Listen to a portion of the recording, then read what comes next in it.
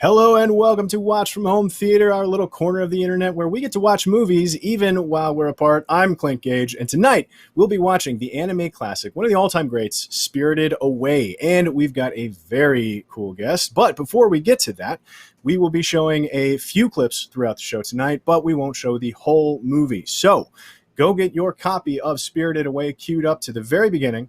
If you don't have it, if you don't have your own copy, it's also streaming on HBO Max. And if you're not currently signed up for HBO Max, go sign up for a free trial. There's a link to do that in the description, and you can go get that taken care of. So while you guys go do that, let me also introduce, joining me tonight, IGN's Nick Limon is here. Nick, how's everything going over there? Yeah, pretty good. Am I the cool guest? I'm so excited. I've never been presented as such.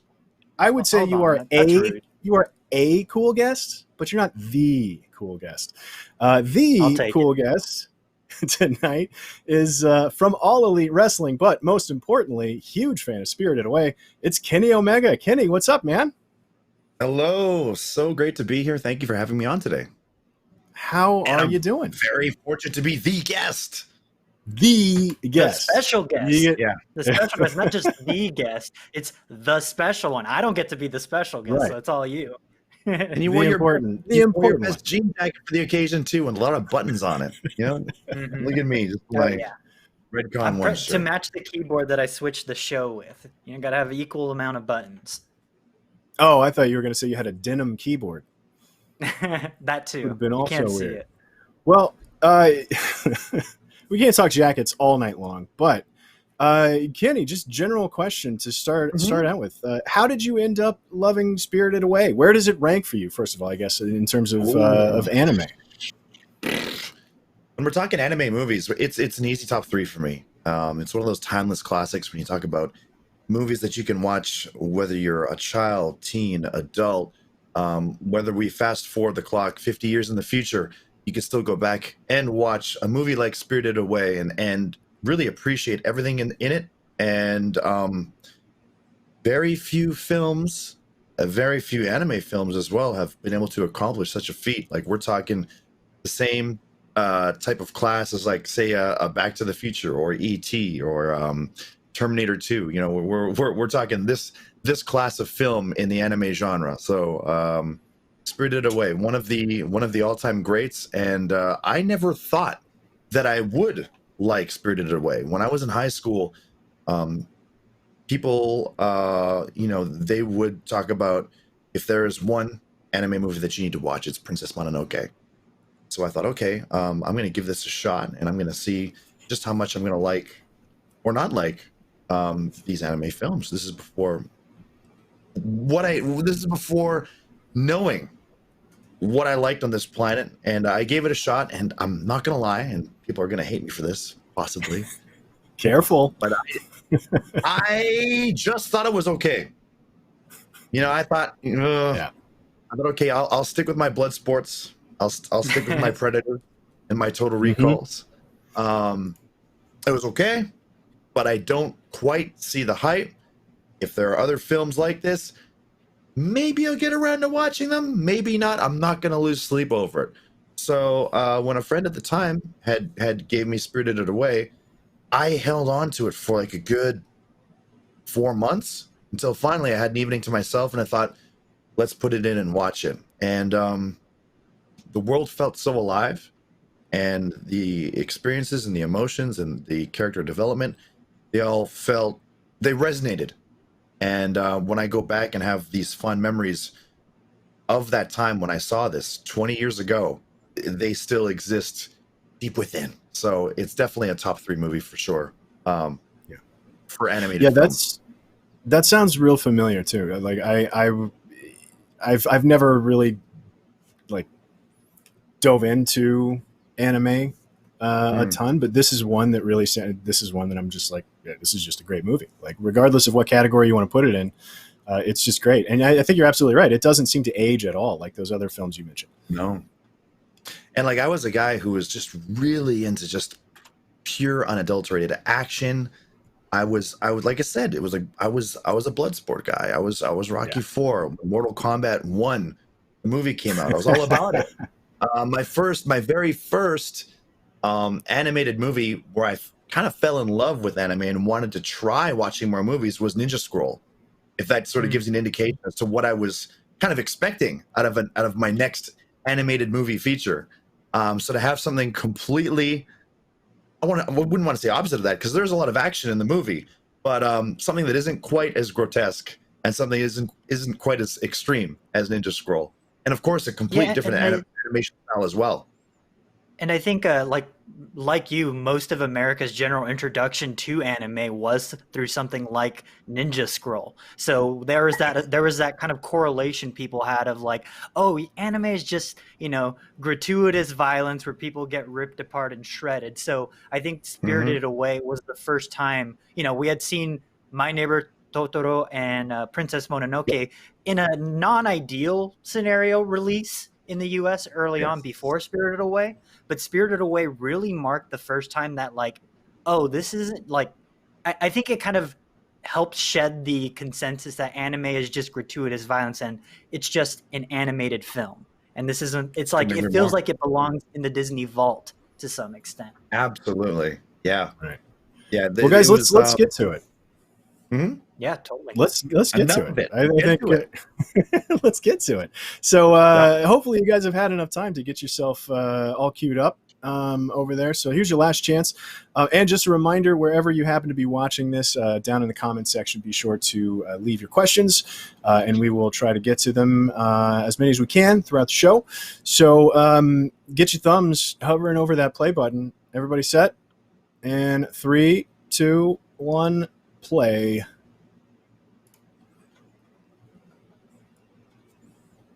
Great. Guys, when was the last time you watched? Yeah, it's amazing. I do love that little sketch. When was the last time you guys have seen this film? Ooh. I would say 2006. Oh, it's been a minute. Yeah. Oh yeah. I think for me, I should also say we are. Oh, sorry. Go ahead, Kenny. I was gonna say, I watched it when it first came out in 2001, and then I used it as a way to introduce my friends to animated films, in 2006. It's a good gateway drug, I would say. It really is. It's gonna stink. I liked my old school. I do love how this opening scene, and I should also say we're watching the English dubbed version instead of the subtitled version here. Nick shedding a tear for that. I only watch the subs of my anime. Sure. No, it's fine. I think that Disney has done a fantastic job, and G Kids have done a fantastic job of actually casting in the the English dubs of all of the Studio Ghibli films. I think that all of their casting is just pretty stacked for every movie, understandably so, because it is a big budget feature. Just her parents here, I believe, is Michael Chiklis and Lauren Holly, right? Yep. I do love that is a really quick opening scene of just a kid in the car with her parents, and you get everything you need for the entire movie. Like you get the dynamic between the child and her parents. You get all the backstory that you need. They're having to move to a new town that we're just going to have to get used to it. Look, there's our house. Then you have just the quality typical filmmaking. So, the typical Miyazaki leaving the city. This road should get us there. Honey, don't take a shortcut. You always get us lost. I love this scene right here. This is I think the standby that Miyazaki just loves to force his team to animate, of driving a car through a heavily forested area at crazy frame rates, because this is just straight up a scene from Miyazaki's first movie, Castle of Cagliostro, where Lupin is just riding his car and getting hit in the windshield with all the leaves and stuff. It's such a good going back to my early days of filmmaking. It's a fun little surprise. I mean, it would be just so easy to have a smooth ride through the wilderness, but he's showing, the bumps in the road, the water splashing from the tires, the petals falling from the flowers, even some leaves getting stuck in the windshield wipers. There's such attention to detail that you don't see in other works of animation. Really is incredible. and all hand drawn. Hand drawn, and it's I think a very stylized choice of use of 3D animation versus 2D. Mm-hmm. Like when we see a 3D animated thing or a stationary thing, it feels almost otherworldly, like that statue that's blocking their path. It feels like it doesn't belong, which feels very like a profound choice. Mm-hmm. Mm-hmm.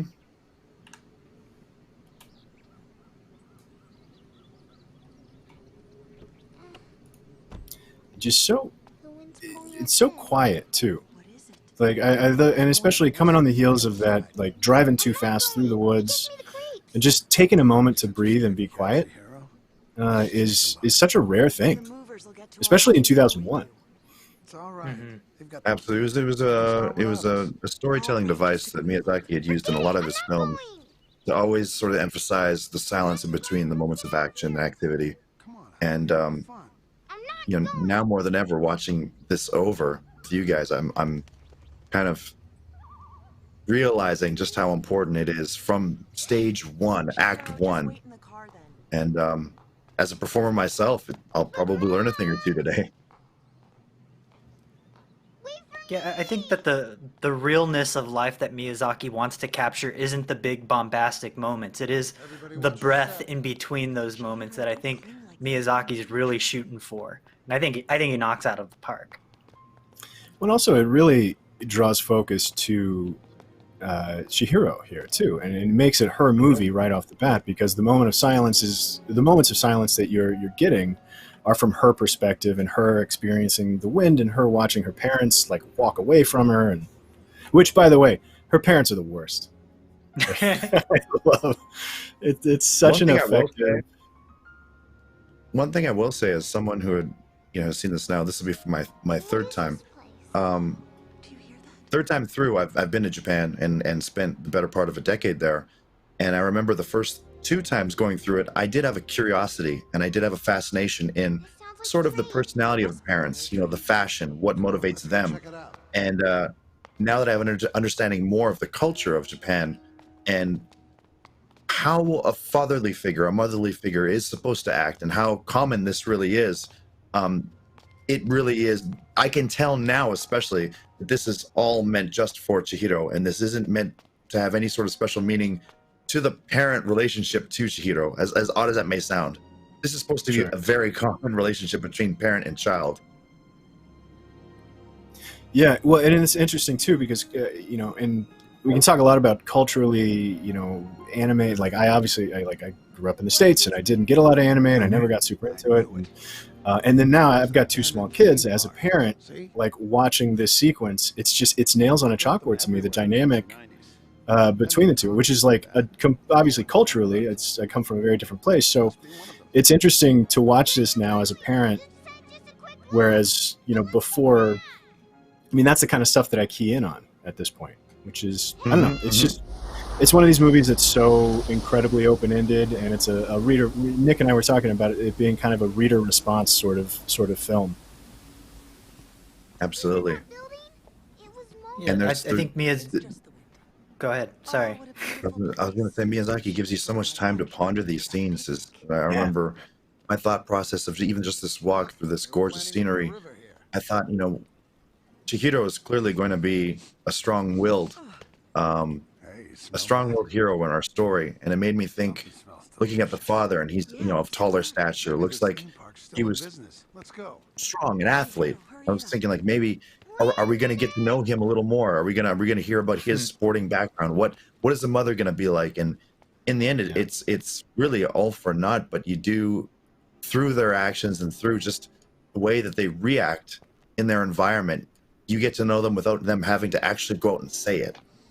Right. Even just the father not wearing the typical white dress shirt with the pen in the front pocket. His dress suggests a certain type of personality that he has. He's what, a kaishain, an office worker. A kaishain, yeah. You'd think, yes, yeah. I mean, when you look at the way that you look at how he dresses here, it's like he's probably like an electrician or something. He's not. He doesn't sit in a cubicle typing on a keyboard. He does something. He does does work something with out his of hands. the ordinary. Yeah.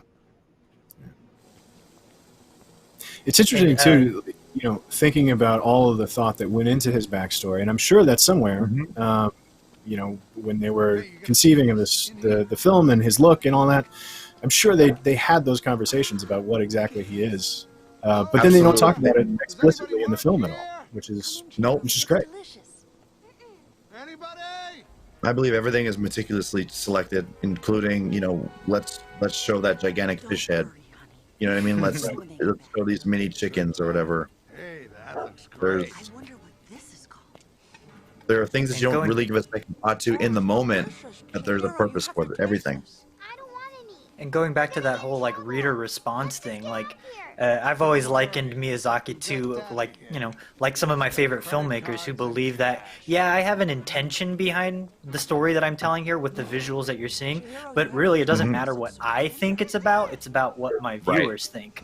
So like if you're viewing it through the Miyazaki lens, through the cultural zeitgeist of Japan, this is fresh off the heels of the 80s economic boom in Japan, and since then we've seen it kind of go down the drain in the late 90s, early 2000s, where we came across the lost decade in Japan. And what better signifier than that than two adults who are just engorging themselves through greed and gluttony while their child watches on haphazardly.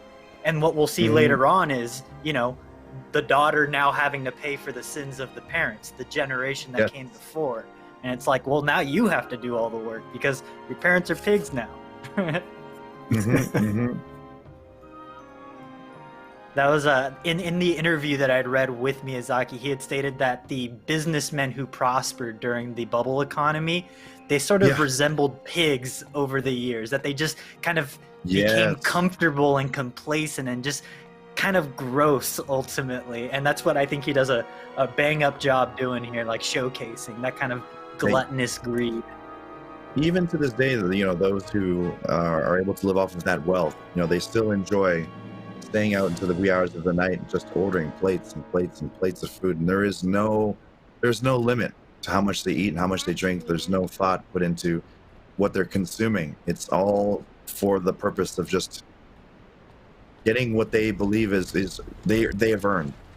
There's something interesting about food and about eating throughout the entire movie. Like that's a thread that is touched upon like at stages throughout this movie, right up until the end too. And I mean, obviously starting right there with them just going to town on that buffet, which is like in terms of portraying gluttony, like it's such a good. It reminded me of the scene in Lord of the Rings, in Return of the King, when Denethor is just like chewing that like all of the gross spittle and fucking taking the bite of the chicken drums and throwing it behind him, taking another bite and throw it behind him. That's the great thing about anime is you can grab an entire duck and just like rip it in half. Yep. And I love that visual of Haku blowing the flower. I think in the hands of a worse storyteller, later on they'd be like, oh, I cast a flower spell, which kept you safe from the evil spirits. But, Miyazaki just trusts you to be like, he did some magic, and now we're off to the races. Stuff is happening, and I love that about it. So there's no explanation. You just understand innately. Oh, this is such a good review. Yeah, the revelation. Yeah. A pig with that haircut, man. That's wild. Yeah. Yeah. It's like Rocksteady, man. Bebop and Rocksteady. Yeah, right?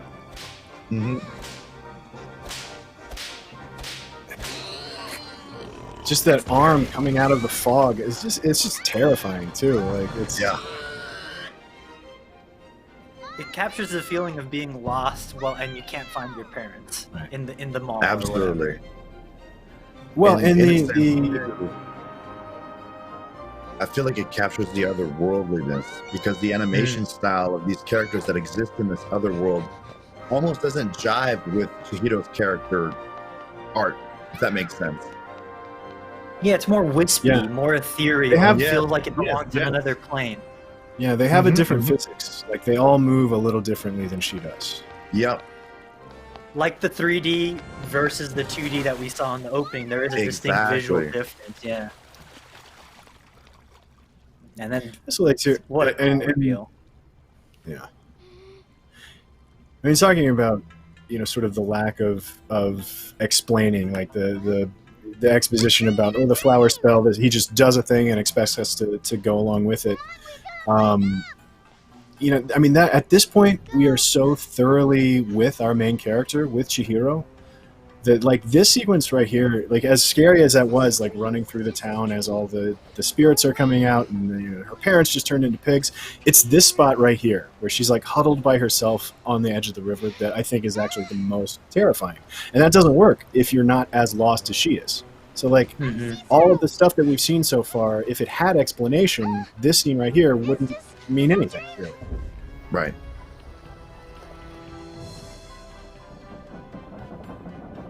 But now look at the art style shifted. Now the ethereal world has become more concrete, and now Chihiro is started to become wispy and ethereal, which is so cool. It's storytelling through visuals, which is not a thing that I think a lot of live action cinema can do particularly well.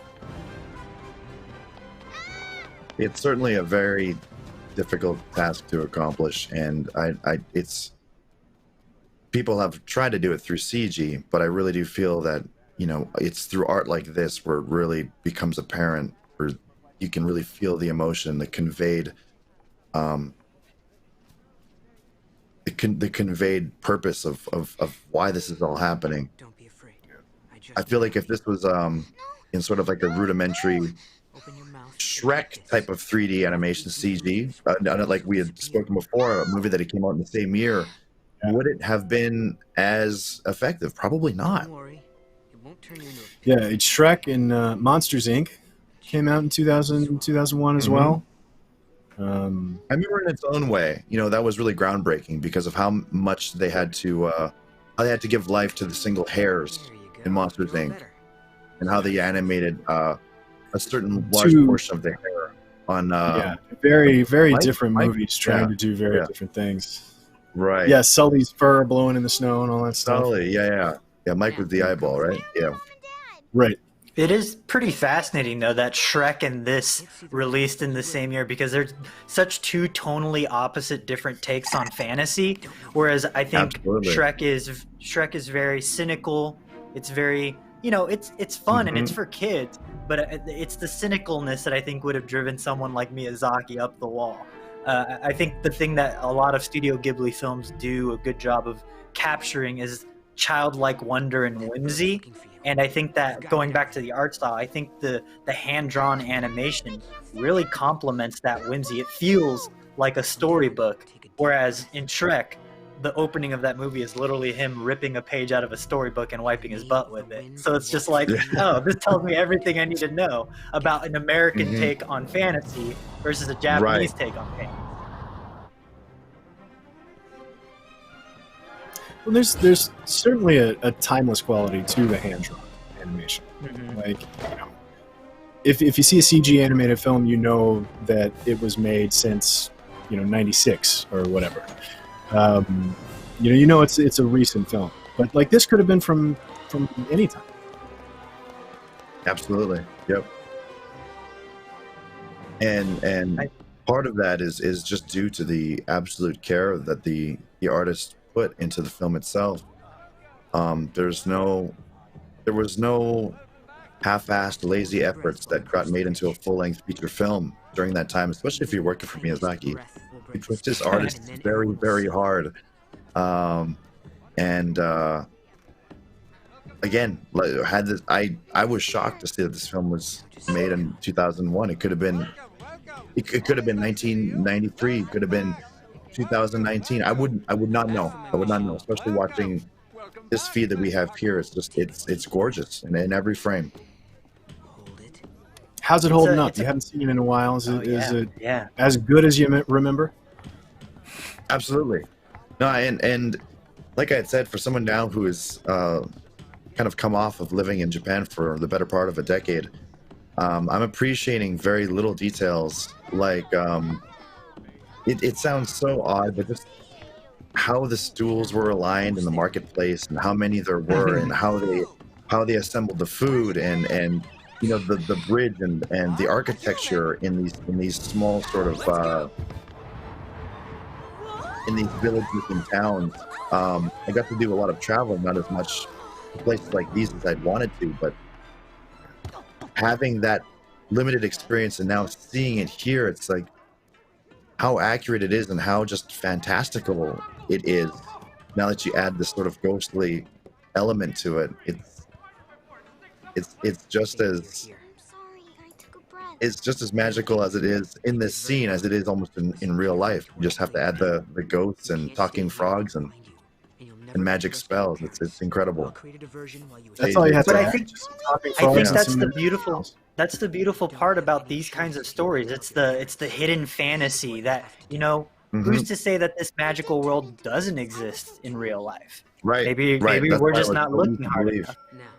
And Uh-huh. and I think that's the magic of the movie. It reminds me a lot of something like Pan's Labyrinth, where it's just the Right. fantastic is just out of view, but you have to have the childlike wonder to see it, which is cool. Yeah, I mean, like from the beginning scene to now, the only thing that I have seen, aside from a few of the spiritual characters that seemed out of place, genuinely, was the ship that docked, where it's just full of the lantern lights. I've never seen anything like that in real life, but everything else is so believable. It's almost like you want to see it, and you would believe it if you saw it now. So maybe it aids in the storytelling of, yes, this could exist. This all does exist, and this could exist, which is a cool feeling. And I think it's, I don't you feel know, like I'm going being back to told a what tall tale. Chihiro's father said, like, oh, this must be one of those abandoned amusement parks. Like, I swear I saw that boat.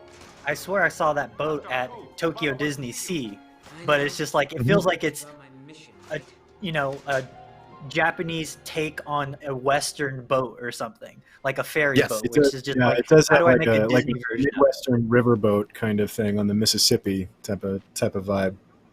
But while we're talking about your time in Japan, Kenny, we got a question from Panda Board Productions, who's watching on Cinefix. Asks, I'm curious, with spending a lot of time in Japan, are there any things you'd want to see get more recognition in North America?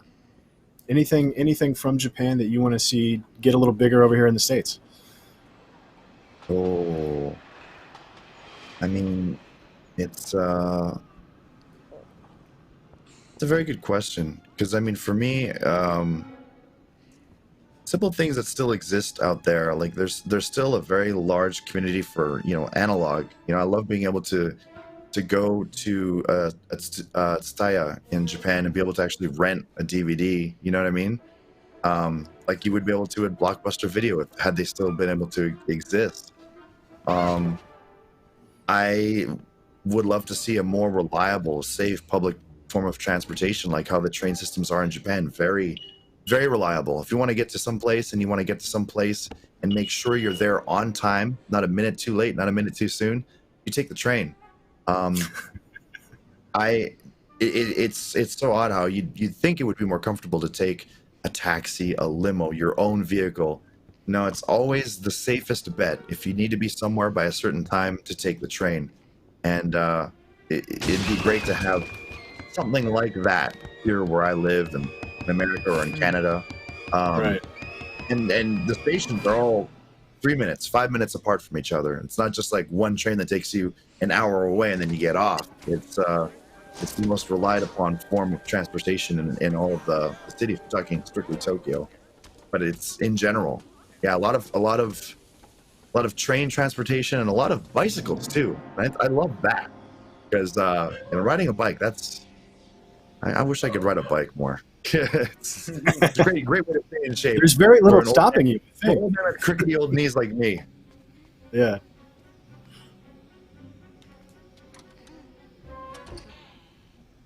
And I guess now that we're on the topic, I could even say there's a lot more privately owned businesses in Japan.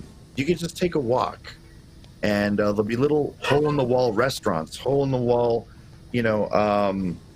cafes, and your favorite cup of coffee may be in a place that only exists in a certain part of town that's only open from 12 till 4 p.m.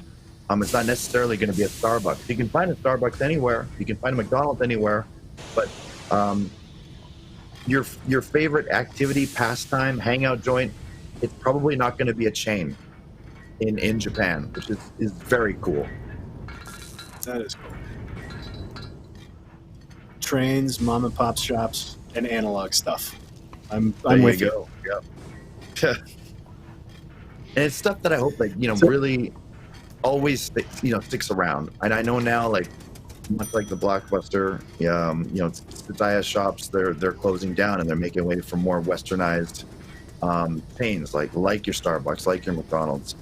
But I'll always do the best that I can when I'm there to try to support the mom and pop shops, because I don't want those to ever go away. And those really always kind of give you a sense of being in a different place than where you came from. Mm-hmm. Totally. So if you're just tuning in, we are watching Spirited Away with Kenny Omega. If you want to catch up to where we are, there's a little timer down in the bottom left-hand corner of your screen. We're about 25 minutes in, and Chihiro is meeting Kamaji down here at the boiler guy. This character, with his arms and how they, this is just a fascinating character in so many ways. Yeah. Kamaji really strikes me as the Miyazaki stand-in. He is Miyazaki, and he's like, what are you doing here? Why are you wasting my time? Get back to work harder. It's very much like he's the one who keeps the bathhouse in working order, which rules. In a way, too, I sort of feel he's representation of just your traditional Japanese worksman, where the amount of work that he's able to get done, he must have 6 to 8 arms to do it. Yeah, the traditional Japanese artisan, who takes what he does very seriously, he takes his job very seriously, and he's getting an obscene amount of work done at an incredible rate that makes me wonder, are you even human? It makes you wonder, does he sleep? What happens, when can he nap? When can he eat? The bathhouse is working, so what's going on? If he's not doing it, what's happening? And then you see the wonderful, again, the fantastic. If a Spider-Man literally running a bathhouse isn't fantastic enough, you have these little coal creatures. Yeah, little critters. Adorable. Yeah, it's soot that he cast a spell on to bring to life. Yeah. And it's just soot, right? Little black balls with googly eyes, but you like them. They're cute. You don't want. Oh, they're adorable. You don't want them to accidentally step on them. Yeah, you don't want them. You want them to get squished. You don't want them to be mistreated. You feel something for every character.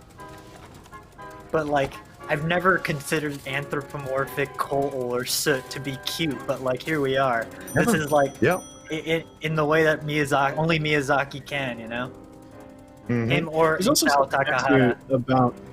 about the boiler, which is, it's got a face. In the wide shot of the room, you can see the boiler, and there are 2 gauges where eyes should be, and there's another one down here by the mouth, and so there's a personality to the boiler, and it's not scary. It's like a welcoming thing, which is unusual. There's that iconic sort of little kid sneaking down to the basement and being afraid of the furnace kind of imagery. That's not happening.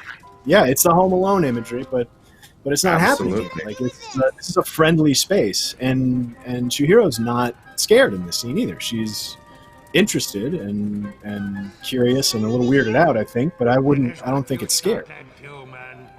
I also think it's the first time we've seen her not entirely afraid of what's happening, which is interesting, because I think I would be the most scared talking to a Spider-Man. Talking to a spider guy? Well, and active too. She's making choices and doing things, and she's feeling. And I just love how they're watching. These guys working.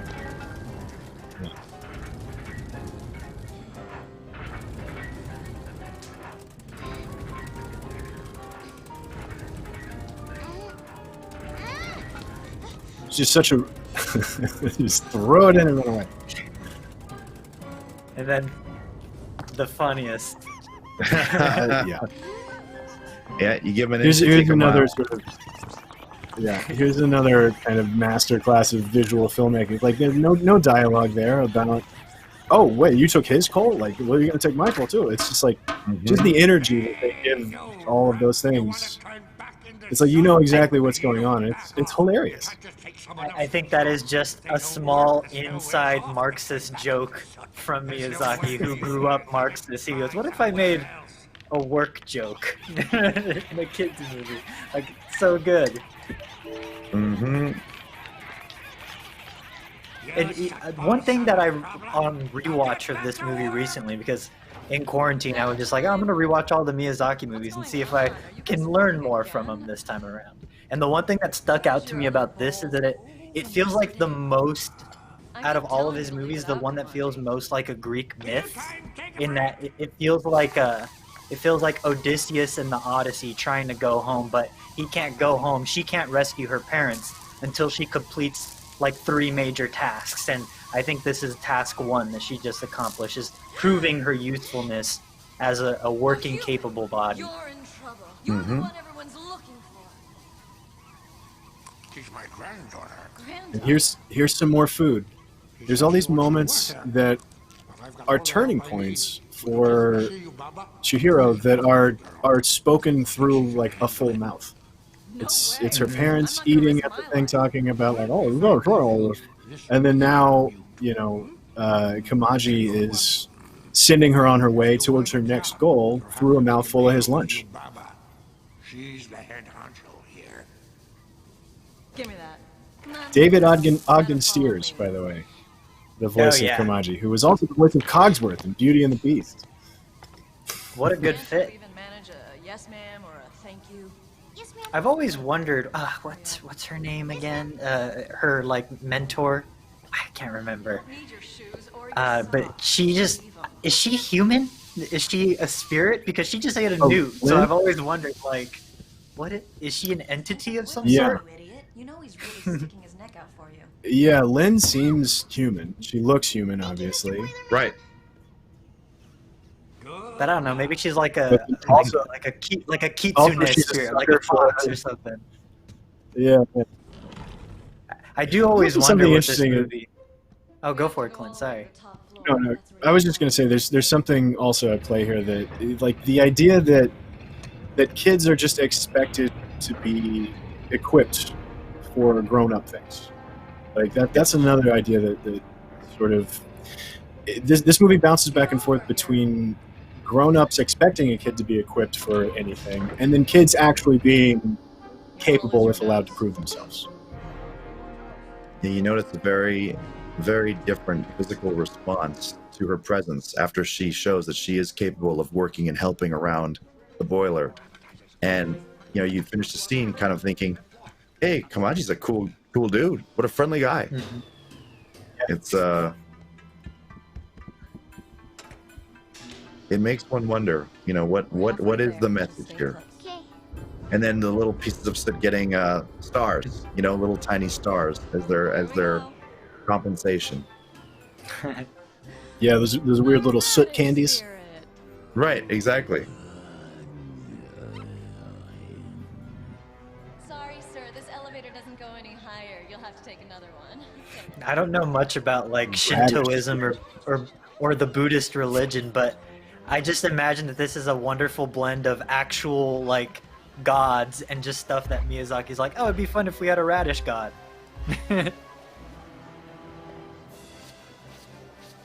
This and like going through this bathhouse is just this fascinating array of characters, and we don't really get to meet any of them. I know we spent some time with the radish spirit here in a second, but again, it's this great sort of journey that we're on with Chihiro. Like we don't know any more than she does throughout this entire film. Step up to the right, please, gentlemen.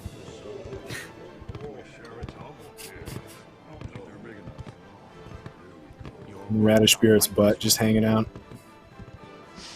But like again, I think if this were an American thing, his crudeness and his nakedness would be played up for a joke, whereas this is very Oh, it's very He would have wholesome and farted already sincere. for sure. From Lynn. Yeah. Exactly. I was just gonna say there would have been a burp, a fart. He would have scratched something. Yeah. Show it to me. Is this what you smell? It's just very sincere, which I like. Yes. No way, Frog. I'm saving every last bite for myself. Please, just a little bit. I love that roasted newt is either currency or a drug at this point. And Right. possibly both. How could you be so cruel? There's some delicacy that only the highest citizen is able to get their hands on. It's like Kamaji was able to bribe Lin to do something for it, and then this guy's just going bananas for it. Yeah. I love this shot. Just quietly riding up an elevator with a snoring radish spirit. It's very Totoro-esque a little bit. Oh yeah. So with a hat, in place of the umbrella.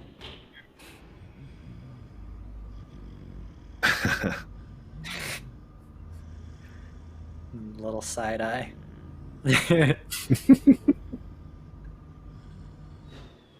Even the angle that they chose right there, like looking down past the radish spirit's nipple, like at her face all crunched up in there. There's something just like, it's not gross, but it's a little obscene. Right, but we've all just been conditioned to accept situations like that. We've all been in an elevator. Right. We've all been in an airplane or bus or some place where maybe someone is a little too close for comfort, but you just have to grin and bear it. And that's life, I don't think there was any preconceived notions. She wasn't judging him at all. But as a viewer, you see it, and it's like, dang, this guy's largely in charge, and that flabby nipple is getting real close to her face, Getting a little close to my face. Yeah. I just love how ornate Yubaba's office, like top floor is. Just a very heavy Lupin the Third Castle Cagliostro. Someone with too much money lives and occupies this space. Well, come in. And then hard cut straight to her, just this wrinkly old mouth. And all the jewels. The jewels on her fingers just are perfect. A perfect compliment to this character. It's so good. It's so smart. Spinal injury there. She rolls to a stop. Yeah. I always love the added scorpion effect there, just to show just how much momentum she had going into that room. You're making a racket. I love these little dudes. Yeah.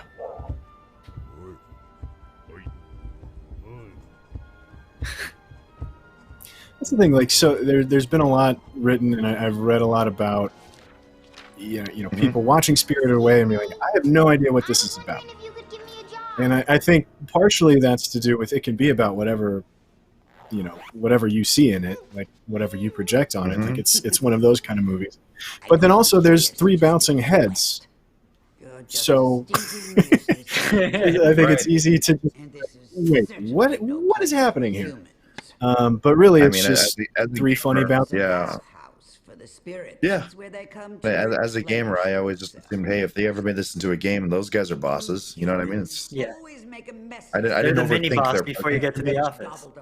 Right. I didn't overthink their presence, but I'm sure there is a higher purpose, of course. And you should be punished too. I always thought of the old, the old saying, heads will roll. As a boss would say, if you don't do what he or she says. I don't know. Are they just casualties of people that had failed in the workforce? I don't know. I could see you, Baba, being a person who said, "I will have your head for this if you fail." Exactly. And she actually did. Yes. You made it this far, but Those are all her old assistants. Yeah, right. I totally could be. It's for sure lackeys. Like if I had the ability to make lackeys, definitely, absolutely 3 heads. Yes. Please, Then the zip. Give me a job. Don't start that again. Please, I just want to work. Don't say that.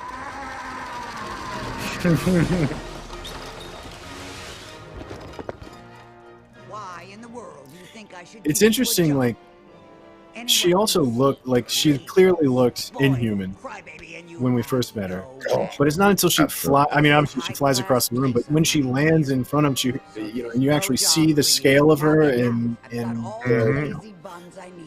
it's at that point it's like, oh, this is a really weirdly scary woman, or spirit, or demon, or whatever it is. Until you breathe your very last breath.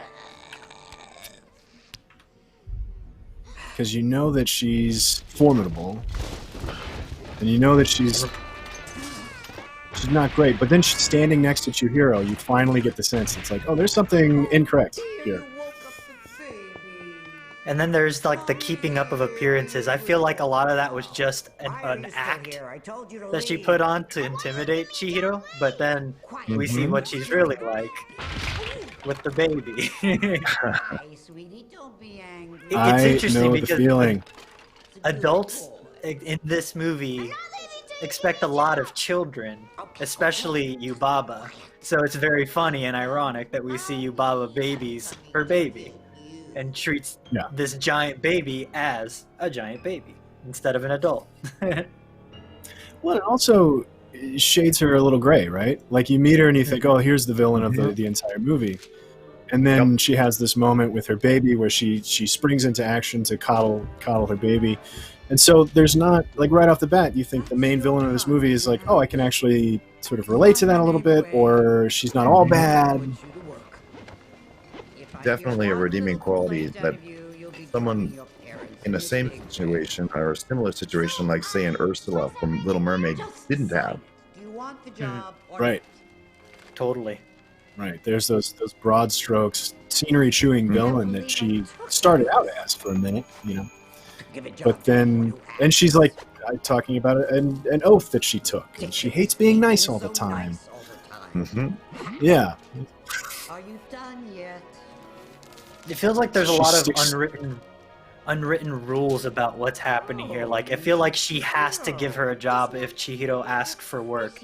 And then the whole writing your name is, super old, like, mythic origin about magic and names and the power of a name.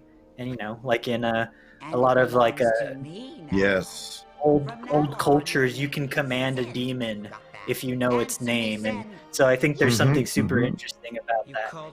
Chihiro willingly gave up her name, and they give her a new one. Yep. Yeah, it's much like in the Japanese culture where you don't really sign too many pieces of paper. You just use your stamp of your family stamp or whatever, and it just goes to show you the power of what that entails. So it's again a different take on culture, but very effective. You get the idea even as a Westerner what that meant at that moment. There's weight to it. Yeah, I mean, yeah, you're right. And for me, coming into this movie too, I feel like my read on it was so much about moving to a new place, being the anxiety over that, growing up, and changes happening that are out of your control, and how difficult it is and how much hard work it is, as we'll see with her moving forward here. But how much hard work it is to retain your identity and who you are, and it's so easy to let your new circumstances kind of steamroll you. And then here's a story about a girl sort of hanging on to who she is, quite literally, in her name. And how sometimes which is something that. Oh, I don't want to cut you off. Go for it. Oh no, I was just something that, like, regardless of what culture you come from, I think that's something that you can relate to. It's certainly something that I can. Come on. Absolutely, and I think especially typically in Japanese culture too, with the office culture, salaryman culture. It's what you're willing to give up to exist among the masses of people, just to have a right to exist among the hustle bustle, and just to be a body amongst many. Which is why I think this dynamic right here is kind of really powerful. It almost looks like she's one of very few humanoids living in this area who still have some sort of form of originality and identity and humanity. Here's your apron. You have to wash it yourself. Your pants. It's almost like once you become a creature, you're kind of just existing in this world. What about him?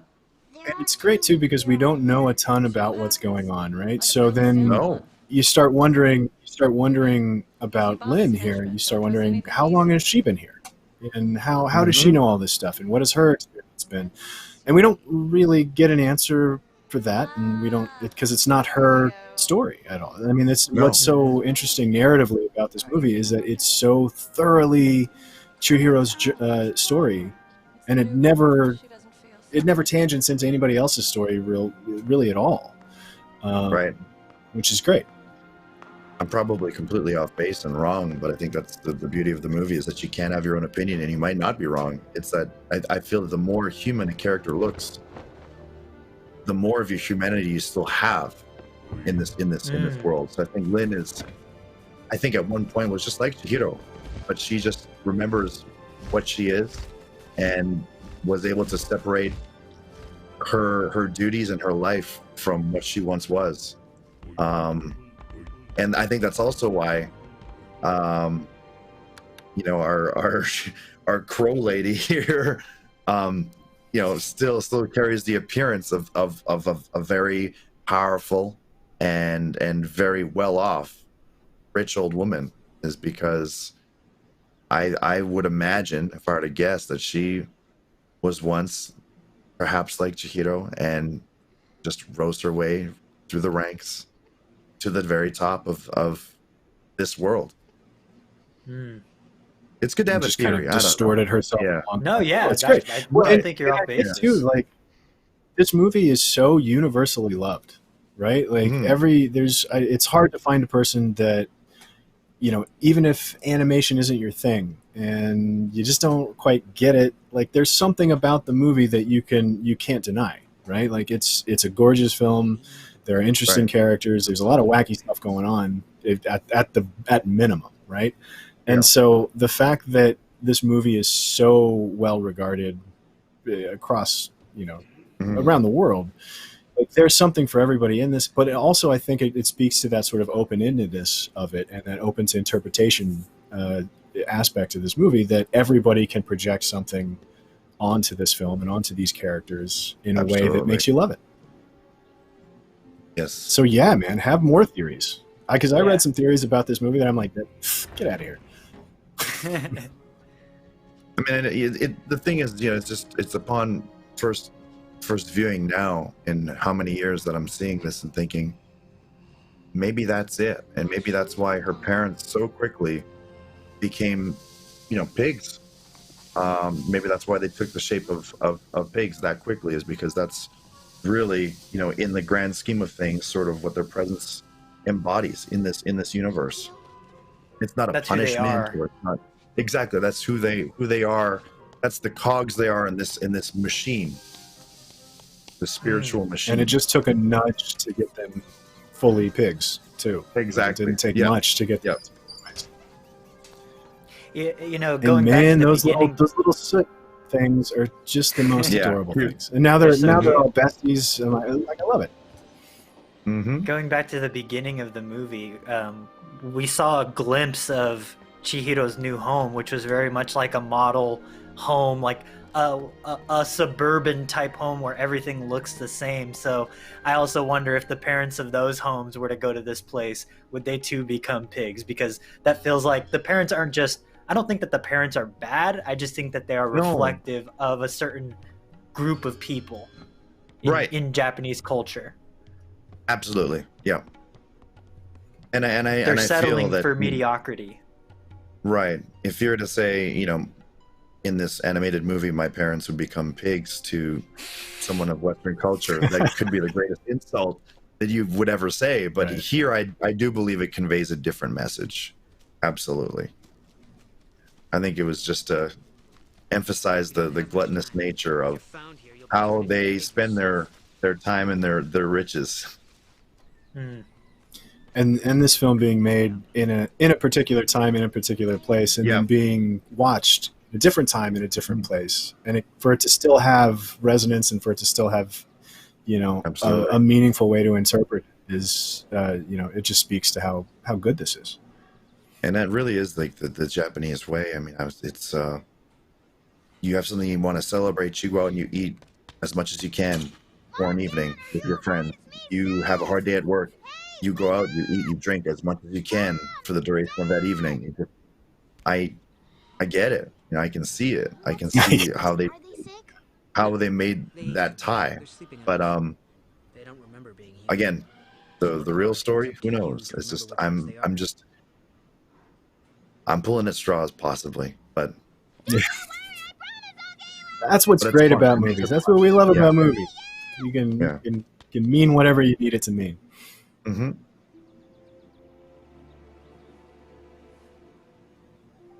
Here are your clothes. Hide them. I thought they'd been thrown away. You'll need them to get He's home. giving her back her individuality, or at least saying, "Hey, don't lose this. This is important." don't forget it. Like hide it. He's specifically telling her to hide it for now. And this one part of her old life that she was clinging to, that goodbye note with the flowers that she loved. Yes. That's how you She's already forgotten her name. I feel like there's also a Groundhog Day type scenario going here where not necessarily she's repeating the same day over again, but so much time has passed that we as an audience haven't been clued in because she's already forgotten her name. So, you know, how long does it have to take for me to lose my name, to forget what my name is, you know? That sort of question, like, I think when I first saw this, it terrified me because it's like, what do you mean she forgot her name? That's horrifying. She doesn't know who she is. She's been working that long. What's going on? Well, time works a little different in a magical spirit bathhouse. So here's another. Yeah. No, go ahead. I was just going to talk about food again. So the constraint. Yeah, no, it's very true. It's obvious. He's another turning point for her, and she's actually eating, and she's eating politely too, which is a difference. Kind of. Hey, crying with a mouthful. Yes. Just sobbing. It's sobbing through her food. Those tears are beautiful. The giant globs of water just rolling down her face. It's so visually striking. And I do love the presence of food in this movie because I think the way the food is presented is super important about a lot of the underlying messages in this. You know, with the parents, it was just an excess of food. Later on, we'll see another representation of excess with food, but with Chihiro, it's usually something small and humble, like a rice ball and an onigiri or whatever. So, like, I don't know, there's something to that, I think. And I think food is always the bastion of humanity. You know, it is the thing that, you know, I might not know another culture, but I know that we could over the bond of food. Absolutely.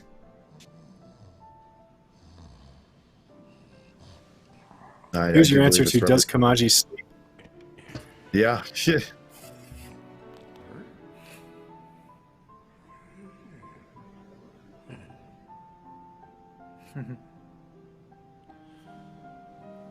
We all get quiet for this tender little moment where a Spider-Man puts a pillow on top of our hero.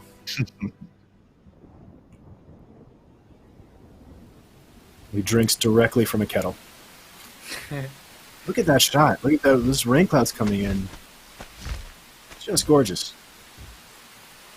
I just love seeing the bathhouse off. Just in a dormant state. And then we see the other world slowly come to life. It's beautiful. It's haunting. Everyone's waking up. I was really worried. I'm sorry. There's also some interesting edits in this, like that one where there was a moment between, you know, Lin and Sin there where she said, "I was really worried about you. Where'd you go?" It's like, "Oh, I'm sorry," and then she almost gets cut off as we move on to the workday, right? Like there's that moment of connection and of legitimate concern for one another that gets cut real short to go into this get into work montage. That's frog work. Orders from the top, so quit your complaining. With John Ratzenberger as the assistant manager. I think this movie was the first one that ever that I watched as a kid that I left knowing that there's much more than I interpreted. That this was the first time I ever felt like a movie was challenging me as a little kid. So the one thing I just remember my first viewing was just the importance of hard work and the importance of working with your hands, and how it's almost like a ritual or a rite of passage into adulthood of just, Right. hey, you know, there's times to sleep, and then when it's time to work, it's actually time to work, and you know, you roll up your sleeves and start cleaning. And that always stuck out to me about this movie, is just the overemphasis on hard work, which is, I don't think I've ever seen presented in a movie in American culture. A movie about hard work seems very strange. And I think they made sure to be very diligent about showing that there wasn't really any form of slacking, and it wasn't tolerated to slack. Everyone has to do their job, and whether they get along with them, whether they're friends, whether there's a personal relationship, everyone's got to do their part. And if you're not doing it, or if you're not doing it fast enough, you got Buddy Boy over there with a mustache telling you to be quicker at it. Oh, Scorpion number 2. There's another Scorpion again. Yeah. She's bendy. Yeah. But I don't. Yeah, it never really. The idea of slacking or the idea of not doing the job is never really an option. Like, it never really comes up. It's not. It's only an issue when she, at the very beginning, when she moves the coal for the little slip guys. That's really the only time it's kind of addressed. And I think in the West we would get something like Annie, right? Like Little Orphan Annie is, I want my floor to shine like the top of the Chrysler Building or whatever. And it's just the idea of putting a kid to work like that is. I mean, obviously the situations are different, but like that's the portrayal that we get here. Now that you mention it, it's very curious that you bring that up. Is that when she took the coal from the soot, and the soot realized that it could get away with slacking, they all took the option to slack at the same time. So it's almost like no one even has that option. But if they had it, oh boy, they would love to take it. But as soon as they do, they hear about it from the moms. Oh yeah. The first person to do it is, something that is subhuman, something that is literally the after product of something more productive, something that's actually useful, but it's the after product of it that slacks, which is funny. Yeah. I think if this had been an American film, it'd be about, the struggle between slacking and working hard, where very much this is just about the expectation of working hard. We have an intruder. I'm not quite sure. Figure it out and report back. I love it. Wow, Sam, like I would love to have that intercom at some point. Like, a skull that actually chattered. Yeah. I love the sound design of that thing coming out too. Like that old creaky, there's like a lot of weight to it.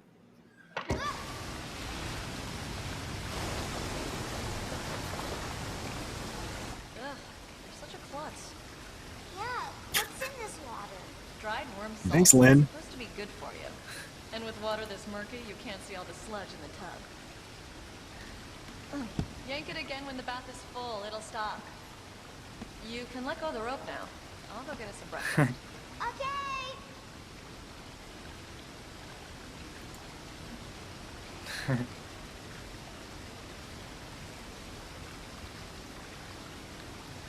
Just again, we're left with this quiet little moment. Yeah. Horrific. Like that's why I think you couldn't get that effect in a live action version of this, right? Like I think if that thing is actually standing in the corner of a room, that's a jump scare. Yeah. No Face is, I think, to this day, still the most challenging thing about this movie. No Face is a character that I truly just don't understand in any way, shape, or form. But that's what makes it so interesting. I think I don't think he is meant to be understood. I don't think it is meant to be understood. It is just a faceless entity that is. There's something terrifying about not being able to read someone's face. Right. Pull that rope. It's a stink spirit. And apparently it's an extra smelly one. He's headed straight for the bridge. Go away. That's not... No, we're close. Go away. Just the panic that overtakes everybody. This giant thing of sludge coming at you. Something's fishy. That doesn't seem like a stink spirit to me. But we have no choice. Go, Greedy. Yeah, No Face is. Give him a bath It's one of those simultaneously, like he's spooky, but I think because it's animated, it's more of an unnerving thing than spooky. And yeah, it's more of a curiosity. Yeah. Right. And even like the sound that he makes is not threatening. It's almost like a submissive kind of He's like, vocal. hey. But, Yeah, it's kind of suggestive. He strikes me as a child with power, and I think that if you were to give a child the power that No Face has, you would get similar results. Can we just quickly talk about? We can go back to No Face when we meet him again, but the way that Chihiro's hair goes like It's full so good. Like a cat. pink Yeah. chocolate. Welcome to our baths. The nice customer's money. Yes, ma'am. This whole body shudder might be my favorite animation. You're just Dude, look at her hair just moving Yeah. up a little bit. Get him to the bath. This way. her physical Not- form is actively disturbed. Yeah. These little bubbles popping. What a gnarly looking creature. Yeah. I want to know if there was a draft of this where Miyazaki was like, nope, grosser. And then they escalate. There was a fairly tame version of the stink monster at some point. I would imagine that they had multiple ideas on the cutting room floor, as to what would find its way in there. I'd love to see alternate Good at eight. versions, but Yeah. and here's her The setup of this her sequence- second Herculean task. And I like the setup of this sequence too because it establishes there's a viewing gallery, right? Like there's a walkway around the top where everybody can gather and kind of watch her kind of pass this trial. And it's looking more like Jabba the Hutt. Mm-hmm. Or kind of like Krang, maybe. Krang, yeah. Yeah. Pizza the Hut. Pick your lumpy Yeah. villain.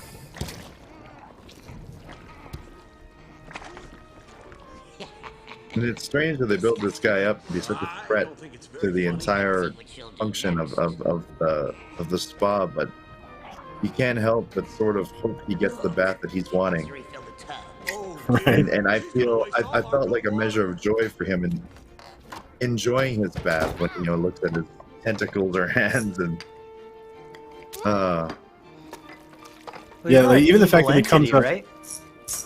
yeah, even the fact that he comes up the first time and you can see his face, you can see a smile on his face, yeah, or it's not even technically a smile. It's not a frown.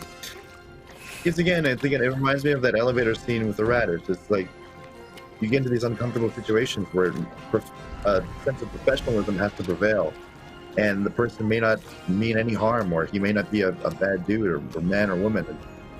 They just need your help, and Yeah. this is one of those scenarios where it may not be the most fun of jobs, but but sometimes it's what you got to do.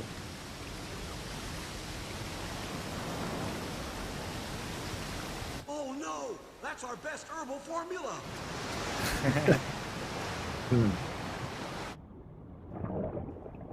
I do like that they see this as like I think it is very much an adult versus childlike view of, oh no, we wasted our best thing on this creature.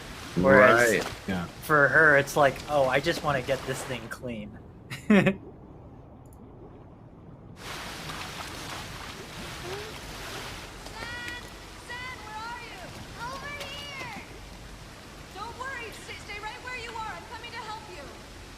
I do. She's also in talking about how much time has passed, and because she's not at all squeamish about going to work, and it seems like, oh, I got to find my parents, and I'm terrified of this new situation I find myself stuck in.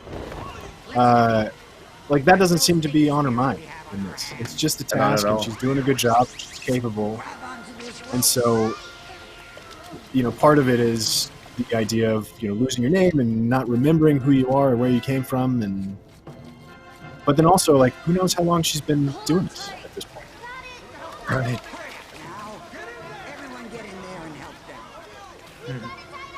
And another moment for Yubaba to not be, twirling her mustache. I do love her whipping out the cheerleader fan from nowhere. The air traffic controller kind of. Yeah, and really showing there's a reason why she's the woman in charge, and that it wasn't just by luck. She's seen it all, done it all. And the crowd's gathering to watch. It's like a stadium for them.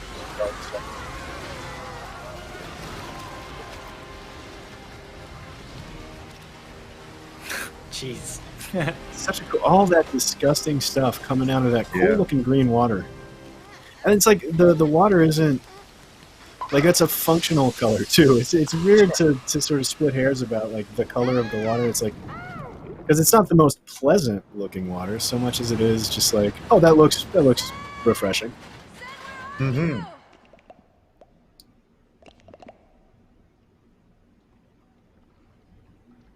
Yeah, it looks almost gelatinous and alive. Right.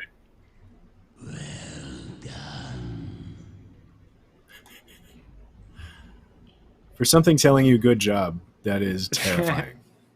Yeah. And she got awarded a trinket for her success. Also super interesting that all of the trash is just man-made stuff. Yeah. It's like he literally got stuck in a dump. Yeah. A lot of Miyazaki's work, there is like an industrial versus nature at play, like a conflict that's underneath the surface usually.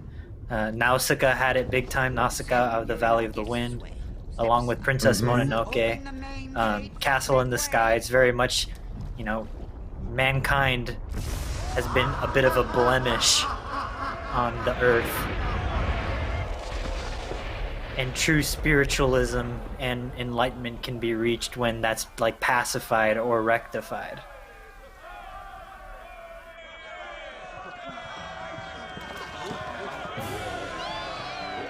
The radish spirit right there up front. You did great. We made so much money. That spirit is rich and powerful. Everyone learn from Zen. Saki's on the house tonight. But first, hand over all the gold you picked up.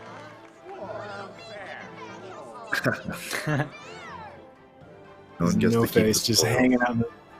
Yeah. He does look so lonely, though. He was left out of the celebration. Does. What a day. That's one of the things that's really interesting about the design of that mask too. Is like it's blank enough to where it's not anybody in particular, but there's enough feature to it to kind of read into.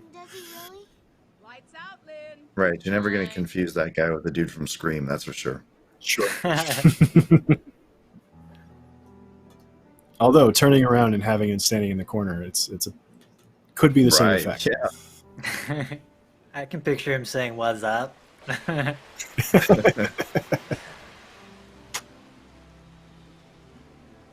Then the train gliding across water is one of the coolest visuals ever. There's so much water. It looks like a sea. What'd you expect after all that rain? I've got to get out of this place. Someday I'm getting on that train. Just more eating at. This is probably the midpoint of the movie here. She's starting to kind of make the choice to be a little more active moving forward. And it's a meal after a hard day's work.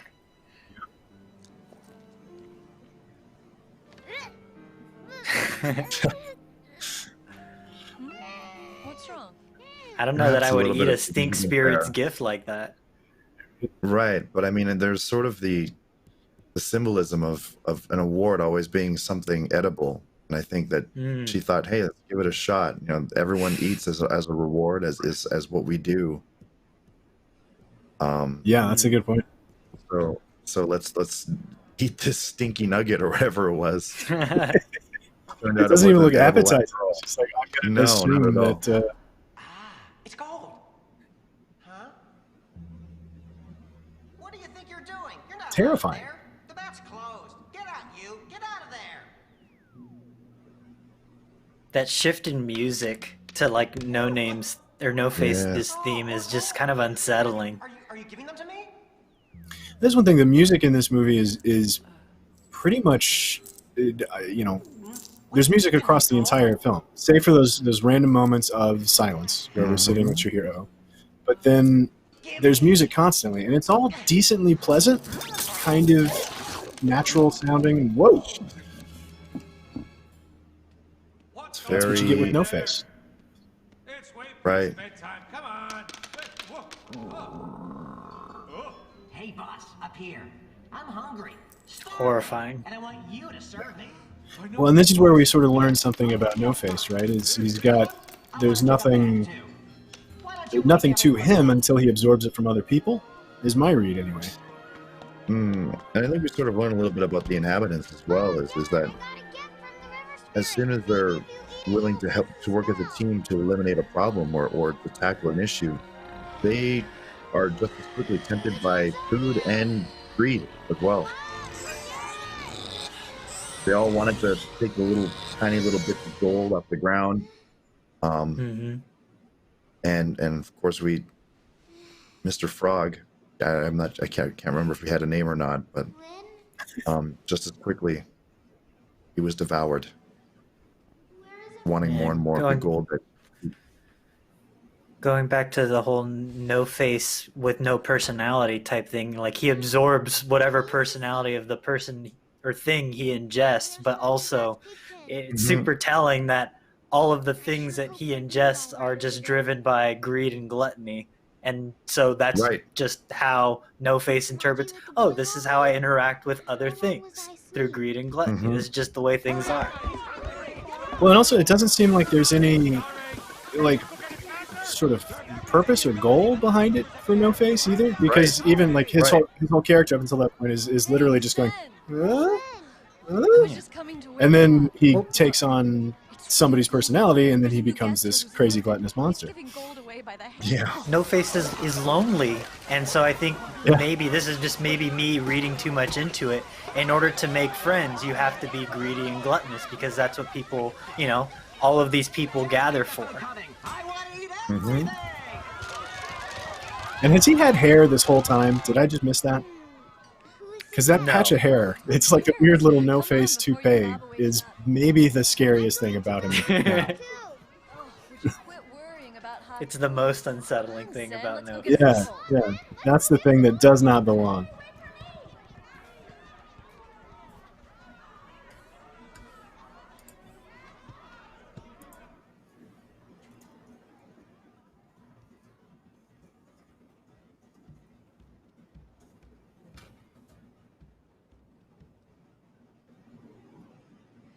Where is Haku? I want to go there. I forget what my Yeah. look like. Like those cool cliffs over the ocean. Too fat. Looks like just a landscape someone painted and then put to film. Haku?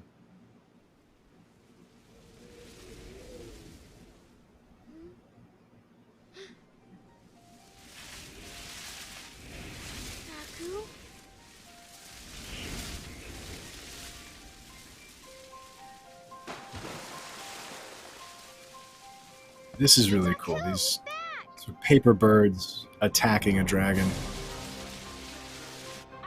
Such a cool concept.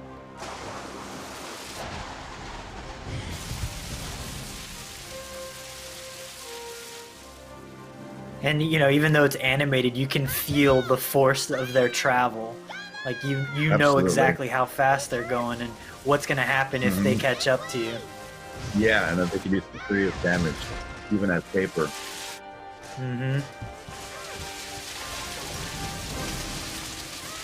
Yeah, the sound of the wind they're kicking up and the wings flapping and even the impacting there on her face. Such good sound design.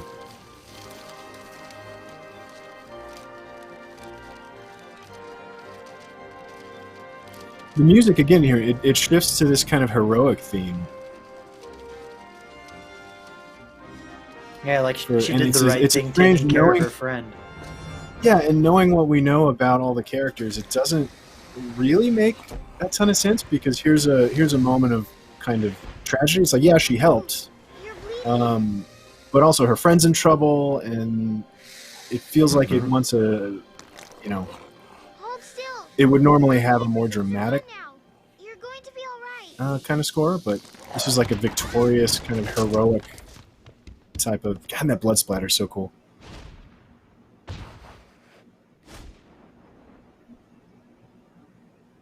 I mean, it's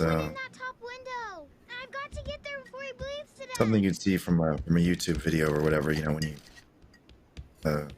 a deer or a wolf steps in a bear trap, and you finally, unhinge the trap and help it. It gives you that snarl, but doesn't attack you. It just runs away. It's very appropriate. Just like, all right, you let me go, but stay away from me. Exactly. Still in a I'm bad still mood. not completely trusting of this situation. Yeah.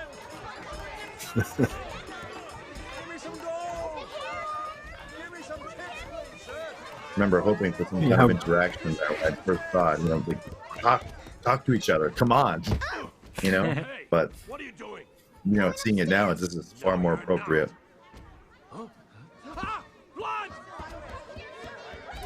The way they treat blood in this movie is super interesting, and I don't really know what my read is on it, but it is something like I guess maybe only humans do. Yeah, I think it's tied to the same reason why they everything smells human. It's like, oh, you smell a human. They're sort of repulsed by it.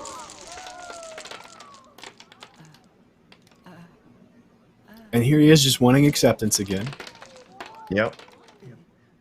The only one he hasn't impressed. I don't want any, but thanks. I'm sorry, but I'm in a really big hurry. Very much a vibe. Everyone in the bathhouse is working to eat newts and tasty treats, whereas Chihiro is working to get her parents back. So, very interesting take because they're all workers. But I think that there is a commentary on maybe just what their end goal is as workers. Wipe that smile off your face. You're still smiling. Oh, mouth comes out of nowhere. Yeah. Yeah, the sound design too of No Face is like there's that gurgling kind of bubbly quality to it. Yeah. Those legs are really upsetting. They gave him just the right amount of teeth for his mouth to be menacing too. Right. If he had a nice set of chompers, it wouldn't be as scary. I think for him to be kind of gappy and toothy here and there makes it all that more grotesque. It gives his gaping maw a lived-in quality. Yes. But it does look like it looks like he brushes though. There are white teeth. Oh yeah. There's not like gunk sticking to him or anything. No. I mean, and here we are, an hour and changing into this movie. Yeah, I mean, contrast that to the first time that she was so scared walking down steps when she first got here. And then now she's sprinting across a pipe to climb a ladder on the side of a building with nothing underneath her.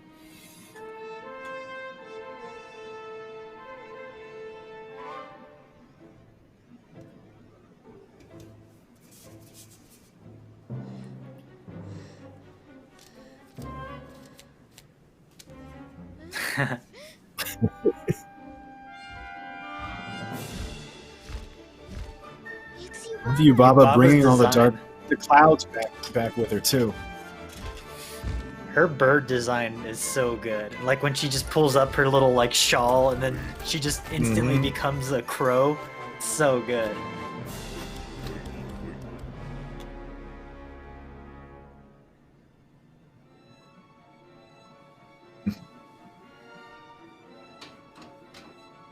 I love the complete lack of a plan.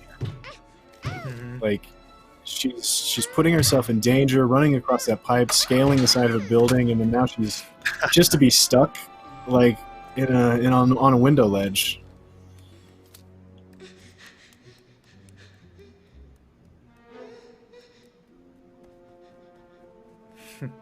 This is one moment where we kind of know something that she doesn't, right? Yeah. We know there's something following her. We know there's something to those paper birds, but we're not sure what. But we also there's a new tension that's been introduced in this sequence because there's something happening that she doesn't know about. Which is the first time I think in this movie that something has happened that we've had any sort of extra knowledge that she doesn't have. Right. The layout of this room too is very once again evocative of Castle of Cagliostro. It's a Roman-esque circular room that's just held up by pillars, which is super interesting. That Miyazaki just seems to have a curiosity about that particular type of architecture and art design.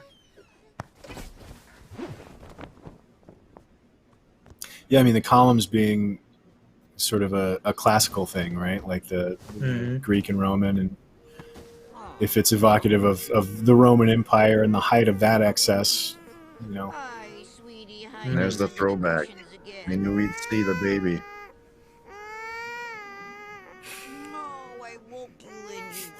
And the counterpoint, she was just dressing somebody down in the other room, and she comes in here and she's all schmoopy about her baby. Go back to sleep now. Just pile these pillows back on you. Yep. I can tell you when you have a kid, they tell you this at the hospital before you're allowed to leave. Do not let a child sleep that way.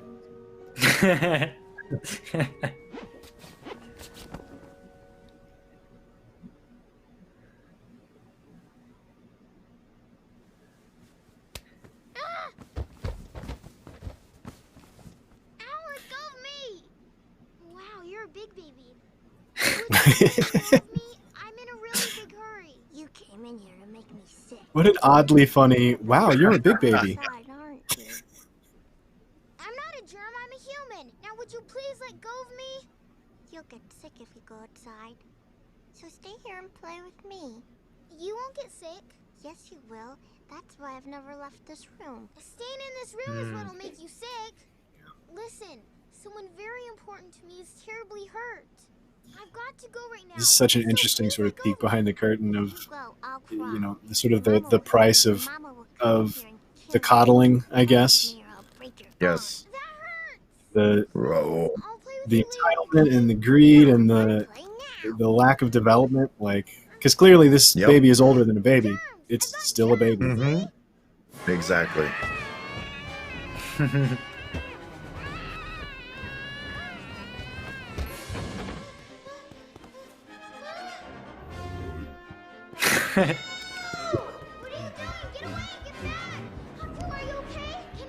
Those heads are really versatile, right? Like they're sort of goofy comic relief in some parts, but that turn that they just did was creepy. Like when they turn around in unison and yeah.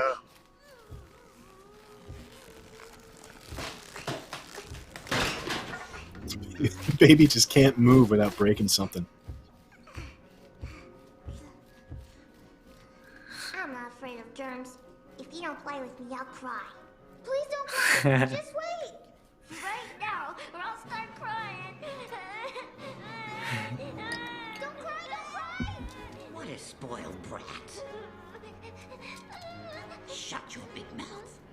You're a bit of a porker, aren't you? Yeah.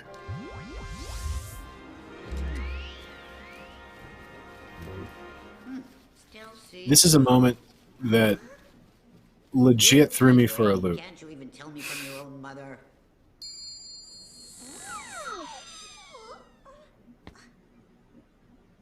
Very odd. It's a great. Well, I mean, it's also a great kind of moment of what the hell is going on. Right. You know, especially because, and we're back in for that whole sequence where we knew something was happening and we knew somebody was following Chihiro and we knew more than she did. And then now we're immediately back to, wait a minute, what the hell's happening? Yeah, it's all a facade. You tell anyone else and I'll rip your mouth out. Who are you? Zeniba, I'm Yababa's twin sister. It was nice of you to lead me straight to this dragon's hiding place. Now I would kill to hear the sigh of relief that all of the Studio Ghibli employees must have breathed collectively when Miyazaki told them that her sister looks exactly like her, so they don't have to animate someone new. That would have been hilarious, though, if it was originally, it was like, and a vastly different character shows up, and they were like, honestly, can they be twins, please? Like, we've drawn so many crazy-looking things so far, man. There's a spell on the seal, and anyone who steals it will die. No, you can't!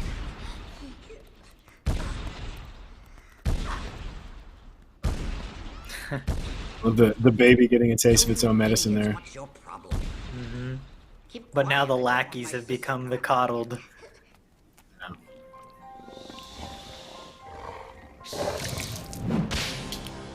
Oh, a paper cut. Whoa.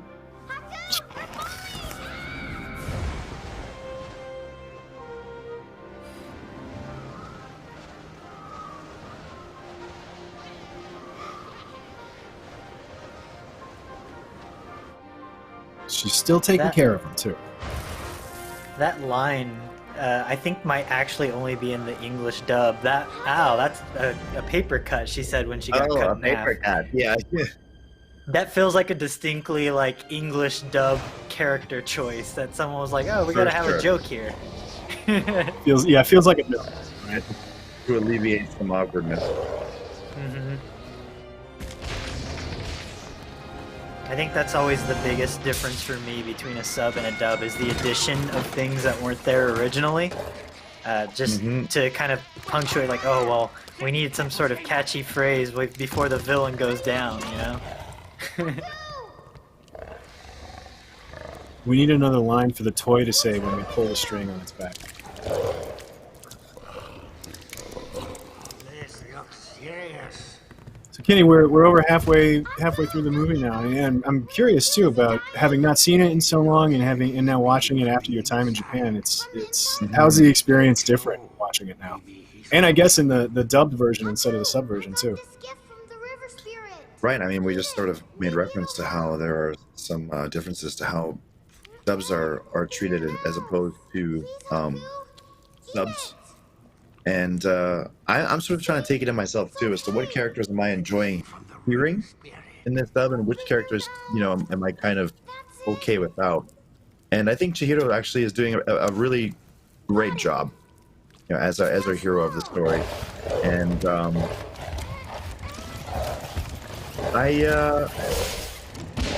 in terms of how I view this now after spending the better part of a decade in Japan, it's making me miss having a full-time job there. Of course, I wish I could go back, and it's making me want to kind of sit down with some projects that I have wanted to watch and never got around to. I mean, I have time to watch movies every now and then, and lately I haven't watched any anime. So like, there's Tenkinoko, Weathering with You, I believe it's called. Oh. I've wanted to see that movie. Yeah, so, it's like after seeing something as fantastic as this, remembering like something more current like Your Name. I actually watched one on Netflix the other day. I think it was called Whisker Away. Yeah, it's making me wanna watch something more like this, and pay a lot more attention to it, like how we are right now. Definitely check out Weathering with You. It's very good. It's very, very good. Oh, it's very good? Okay, great. That's good to hear. I'm always watching series, but it's rare that I actually sit down with a movie, so I'd like to change that. I like that movies are less of a commitment than, I'm trying to slowly work my way through Gundam 79, but it's also like 80 plus episodes, and I'm like, oh, this is going to take forever. But the movie, it's just 2 hours, and I'm good. I'm a ridiculous completionist too. So like I wouldn't be able to stop until I'd be hate watching it by the end. Just be like, I have to be done with this. I do love here, and again, if you're just joining us, we're watching Spirited Away with Kenny Omega. We're about an hour and a half into the movie. There's a clock there keeping time in the lower left-hand corner of your screen. If you need to sync up with us, you can stream it on HBO Max. You can queue up your own copy at home. I do love this scene, though, and having seen her literally crash back into the boiler room and then wrestle a dragon into submission to save her friend's life, as opposed to the first job that she did, where she could barely carry that little piece of coal from one side of the room to the other. And so it's just like charting how capable she's become and putting it back at the same location. It's a really, really cool way to do that. Also, our Spider-Man is communicating with her differently. He trusts her now. He respects her. A lighter her. touch, right? Yeah. Sen, I've looked everywhere for you. Lynn! There's blood everywhere. What's going on here? Who are those guys? I picked up some new friends. See? Everyone's looking for you. Yubaba is furious. Huh? The guy with all the gold turned out to be a monster called No Face. And he says that you let him into the bathhouse.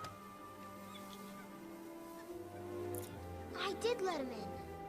Dude, are you serious? Taking responsibility for your actions. He's a monster. He's already swallowed 3 people. Like, clearly there's a problem with what she did, but she barely thinks twice about admitting or copping to it, or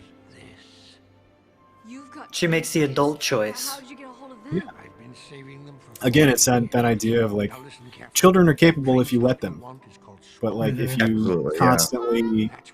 you constantly either coddle them like Yubaba's doing, or you're expecting them to be more equipped than they actually are without giving a good example for them, like they'll come around. Like, very capable. What about No Face?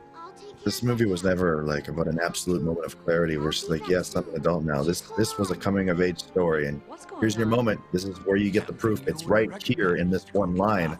It's very gradual, and it doesn't get shoved down your throat. It's perhaps in this scene right here, you get a lot of it stacked together.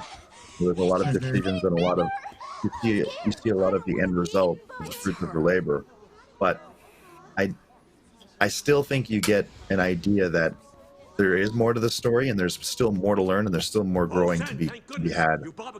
And who knows how it's going to end? Right.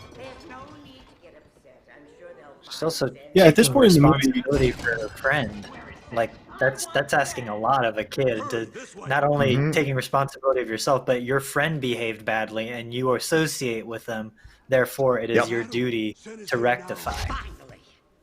Sen has arrived, sir. She'll be with you in just a few minutes. And still groveling to him. It's costing us a fortune. So suck up to him and get every last. It's just such a detail thing, but did Yubaba's sister have different jewels on her fingers? I was trying to see if I could tell. I believe you're I think correct. they may have different colors. Yeah, that's really the only difference. Familiar? I hope so. Yeah. Very cool. Now get in there. Yeah, I think just either the sequence of colors or just all of them are different, maybe. Will Sen be all right in there by herself? The chest gem though, like the necklace gem, that was red though, I think. Yeah, I believe. Yeah, that sounds right. What a room. And just that pan across from Chihiro over to No Face.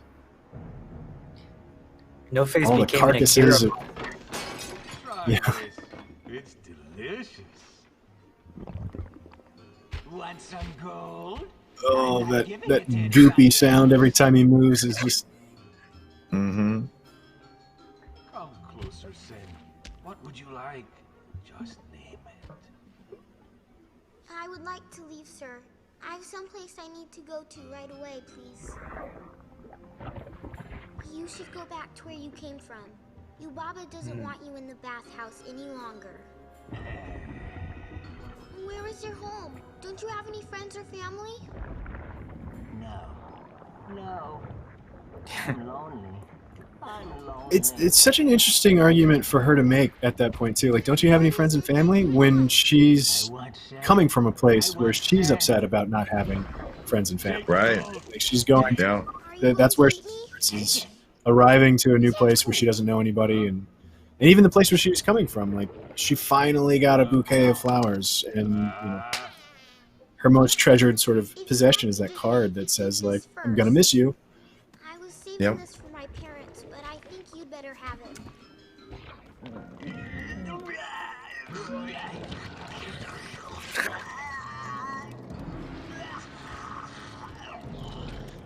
It's weird to think after all he's done, now he starts to get gross. Yeah. Or whatever. Barfing. There's some pretty gnarly body horror in this movie, like outside of the whole turning a baby into a mouse, but like this. Yeah, there's some Cronenberg or Carpenter, early Carpenter thing going on here. Even the moment where it's showing a little bit of blood, it's like really like globulin blood. Like it's really sort of gratuitous a little bit. Ugh. Yeah. Well, and even the tears too. Her tears when she was crying earlier were these big, thick, sort of exaggerated tears. Mm-hmm. And then everybody in this world so freaked out by all things human. If it's her smell or her blood or it's all unnatural in that space. The way No Face scrambles around corners is just so upsetting with that momentum on his back end, just swinging him around. It's beautiful, leaving a but trail it's of goop. horrifying. Oh. I love the ad of people getting like the elevator stopping just. Oh, no, that's an esophagus. There's another line. No, that's an esophagus. That's a dub. That's another dub. Is that a dub? For sure. Yeah. You don't bring in John Ratzenberger. You don't give him one-liners. He gets more pathetic as like more people see what he's actually like in the chase. He gets more pathetic and small and weak.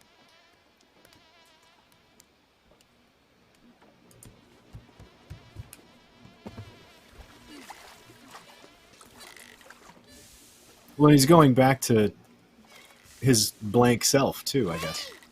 Mm-hmm. Don't call him over.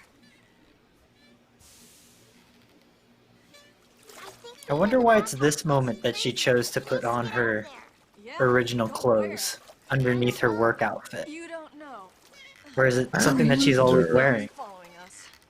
He won't hurt us. I'm wondering how.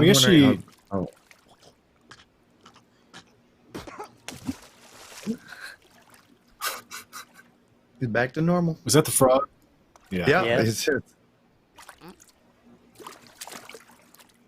good to know they're okay. Yeah. Like if he had been spitting out like bones, acidy skeletons, a little bit half of redemption digested. There. In fact, he didn't kill anybody. He just sort of hung on to him for a little bit. Mm. I would love to drive one of those bucket things just for an alternative workout. Right. I was gonna say, like, it seems like a good core kind of. Oh, yeah.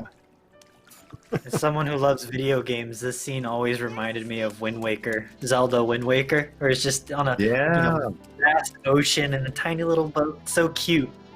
Mm-hmm. vast ocean and a tiny little boat is my nightmare. Yeah, I don't want to pull back the curtain too much, but that is a very specific fear of mine.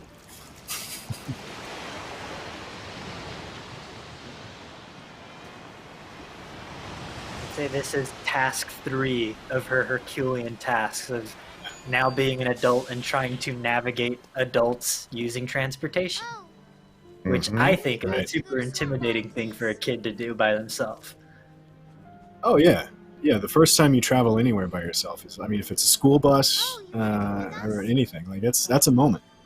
He'd like to come too, please.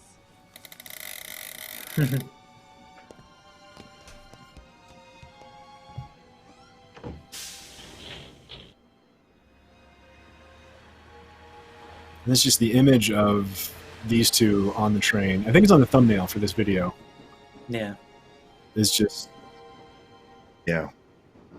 spooky Wes Anderson style. Giving any of these people, an identity, including the ticket master, conductor of the train.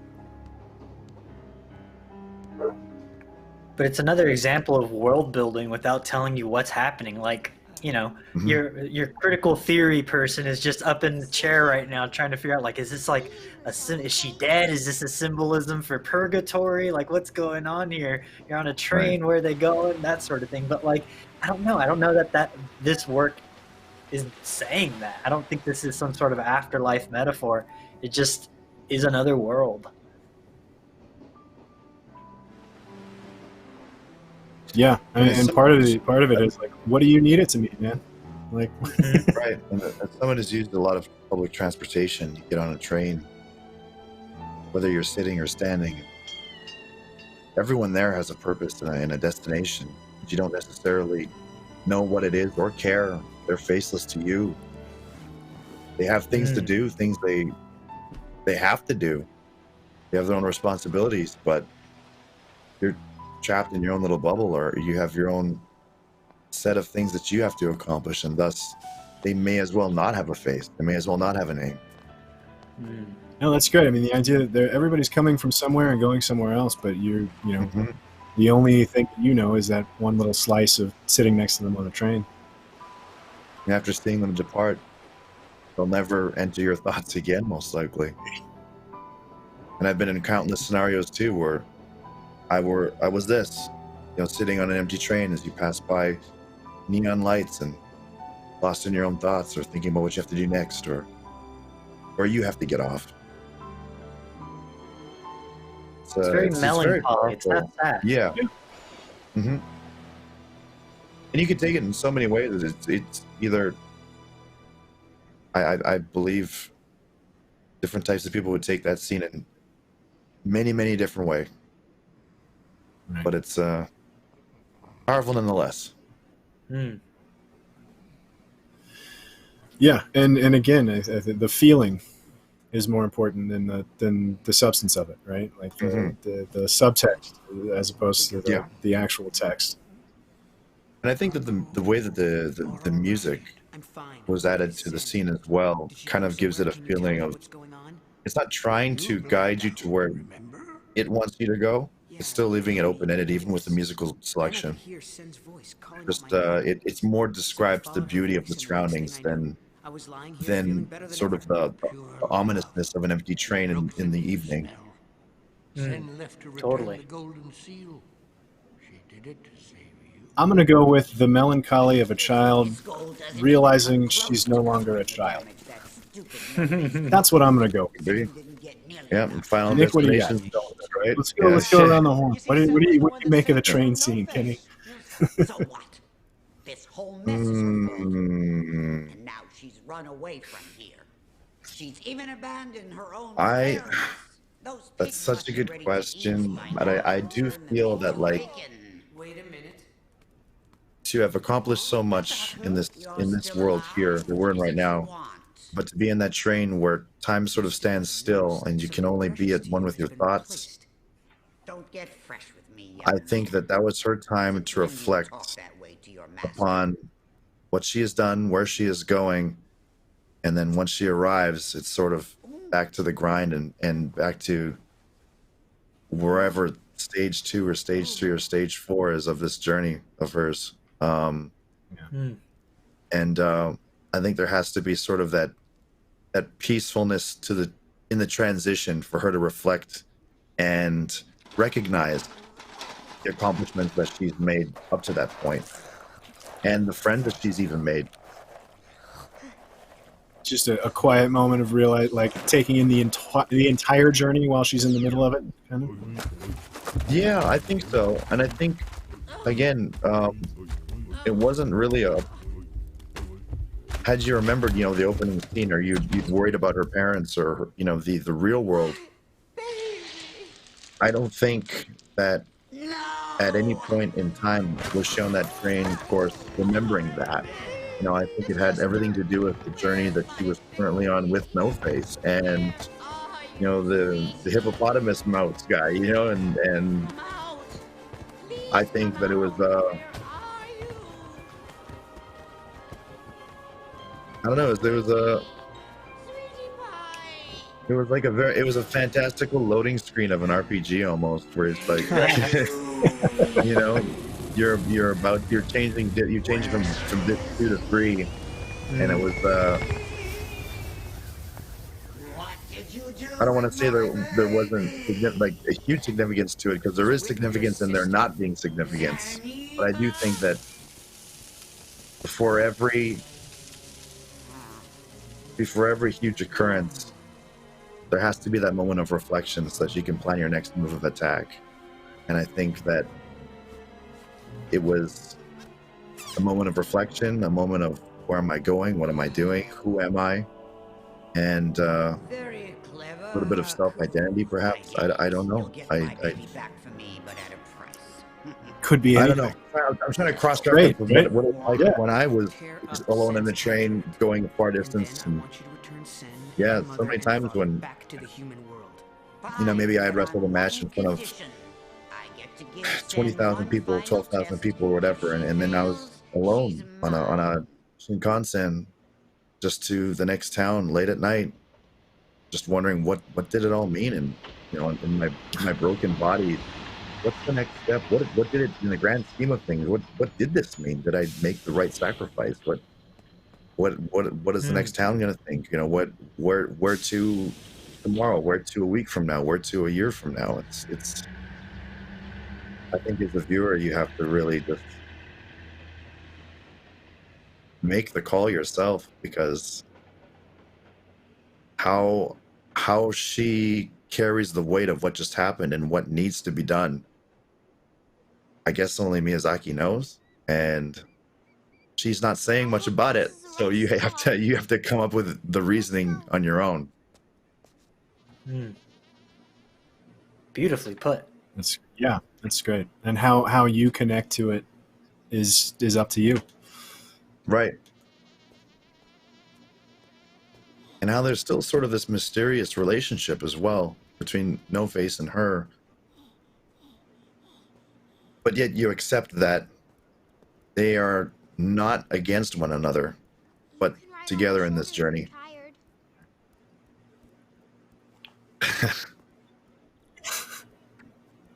Chihiro or Sen is probably the closest thing No Face has to a friend, because she's the only one who's actually been authentic to him. Mm-hmm. Or at least offered an opinion or a desire that was against the masses. Mm-hmm. And then back into the world of whimsy. Mm-hmm. Of a bowing streetlight. Wonder if that's a subtle dig at Pixar. Oh yeah, the lamp, right? Yeah. Yeah. Similar sound it's too. Like, oh, you guys have cute lamps, huh? Yep. I have a cute lamp too.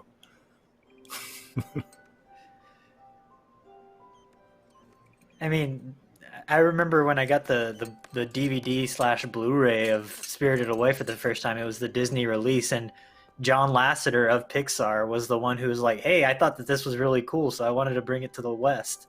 So I was like, "Oh, there is a tie there of like Pixar being inspired by Miyazaki's work." I like the little detail there too of Chihiro really not even registering this bouncing lantern. But No Face was like, what just happened? What's happening? What was that? She's unfazed. Exactly. She's already grown a little too accustomed to these strange things happening all around her.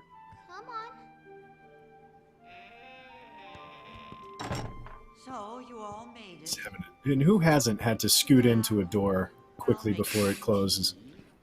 Excuse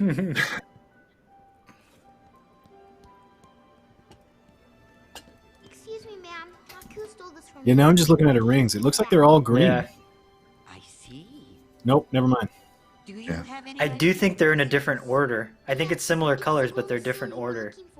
Mm-hmm. That may be an Easter egg. You know, that's there purposely. That's something I'm going to need some screen grabs for. Mm-hmm. The protective spell is gone. That was I'm sorry. You mean that so slug that was on your seal? I think I squashed understatedly gorgeous when she bows her head and the ponytail pops forward and then the birdie pulls the little strands. My sister put that slug in Haku so she There's no one would critique the scene for not having that, but to add it like that just takes it to a whole other level. What happened to my spell? Only love can break it. Come now. Can you please turn these two back into their normal forms? The spell on those two wore off long ago. Change back if you want.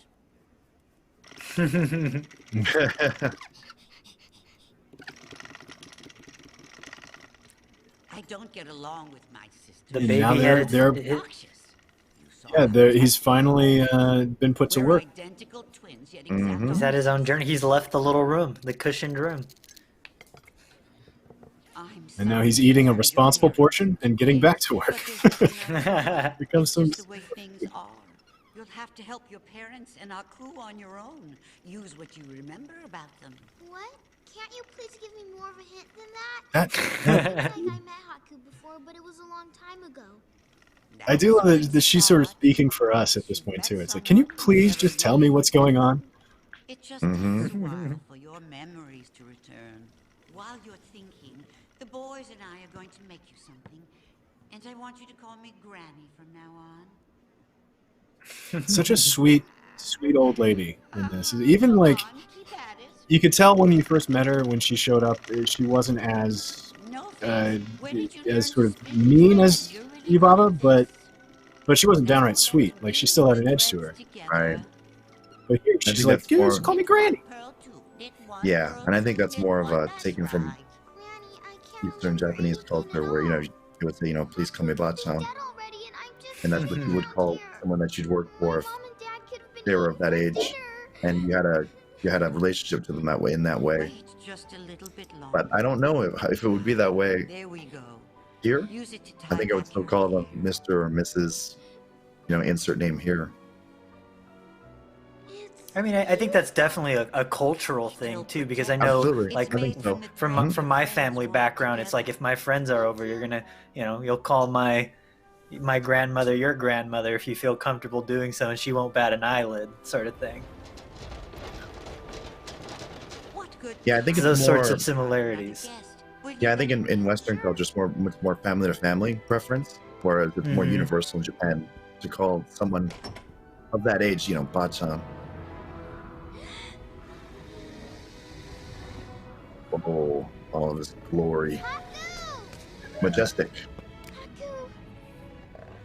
Thank goodness. You're alive. I can't believe it. How did it happen? Ah, that's love for you. Look, Granny. Haku's alive. Haku, I will forgive you for stealing. What's also interesting about this movie, and I think telling about Chihiro's journey in general, is it's hard to tell if we're close to the end of this movie or not. Like, that she's developed and she's progressed as a character in a lot of ways, but I still think she comes off as the same girl from the beginning. She's just sort of empowered in a different way now. But yeah, I mean, this movie could be. I mean, we've got about 10 minutes left in the movie, but I mean, there could be another 45 minutes for all I know at this point. Like, it's hard to tell, and I think that's an interesting way to structure a story about this, because when you're in the middle of a journey of any kind, you don't really know when it's going to be over. Right. Which is a kind of a fascinating way to tell the story. I think that goes back to the episodic nature of something like the Greek, the Odyssey, where everything is tied together loosely. These otherwise episodes that are unrelated to each other with the through line of a character just trying to get home. So it feels very much like, a Japanese The Odyssey.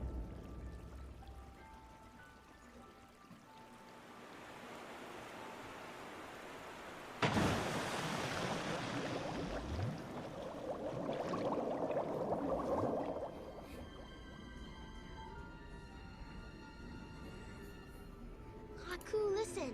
I just remembered something from a long time ago. I think it may help you. Once when I was little, I dropped my shoe into a river. When I tried to get it back, I fell in. I thought I'd drowned, but the water carried me to shore. It finally came back to me.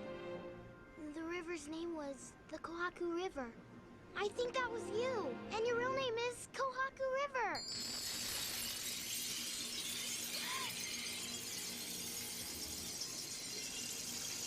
Are those all those flower petals that he was detective work? Yeah, that he used in the beginning. I thought they were seashells.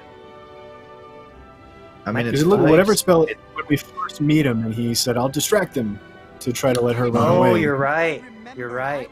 It was the same stuff, right? A river spirit? Yeah, you're right. My name is the Kohaku River. They filled in that river. It's all apartments now. That must be why I can't. It's all apartments now. I remember you falling into my river, and I remember your little pink shoe. So you were the one who carried me back into shallow water. You saved me. I knew you were good. Some more of these otherworldly tears. Yeah. Something so beautiful about them falling in reverse, though, because they're so happy. Tears falling up.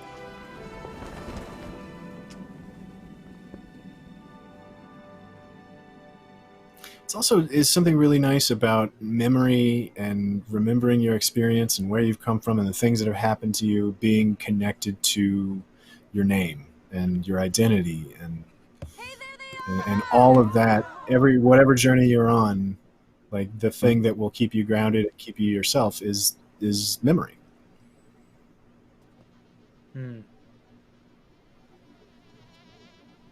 Just nothing but sweet lessons from this movie. Yeah. My baby! Are you traumatized? Did they do terrible things to you? Are you traumatized? That feels like a translation of something that's a little more. Were you traumatized? Is not. I don't know. I almost guarantee that was not direct translation. There's no way. No way. It is always wild though, because if you're watching and you're like, oh, this is why dubs are quote unquote inferior to the original Japanese, but they also are met with the difficult decision to be like, we have to have a line read that matches for the length of them moving their lips. So how do we fill that gap? Which is like, you know what? Hats off to you for doing that, because you still got the vibe you're going for, but man, it's tough. Yeah, it's a challenge. I mean, it's an art, right? Like doing it correctly and in a way that translates the original intent is tough. And I think to take it back to how she babied him so much in the beginning, that was the appropriate line as well. Oh yeah, totally. Yeah. It doesn't feel incorrect coming from her, right? Like by her saying it. It's just not a very common phrase. It's kind of clunky. And then we have our final heroes test. If you get it right, you can all go home. And again, the way it's staged, there's different tiers of people watching. Everybody's gathered. Mm-hmm.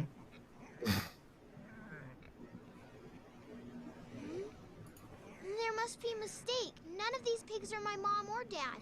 None of them? Is that really your answer? Mm-hmm. Ah.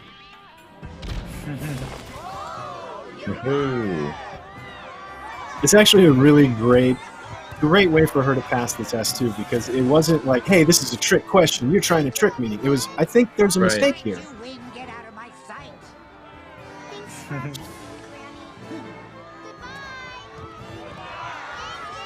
And then a thanks for everything, for all she's been through. She can still muster a thanks for everything on her way out the door. They're there now, and they're looking for you. And now we have the biggest question I have and have had ever since I watched this. Did Chihiro what did she learn, and did she become a different person? And we'll revisit that once the credits roll. Fine, I got my name back. Will we meet again sometime? Sure we will. Promise? Promise. Now go, and don't look back. There's always that. Back. Yeah, the don't look back is such that one final challenge. It's like the Orpheus myth. It's literally a myth in the Bible. Like people looking back and then they fail this thing when they were so close to success. Chihiro! Where have you been? Hurry up! Mom! Dad! Her folks are just there going, "What took you so long?" Big trouble. Admonishing her for, "Hey, you're in big trouble." Thanks, Kamish.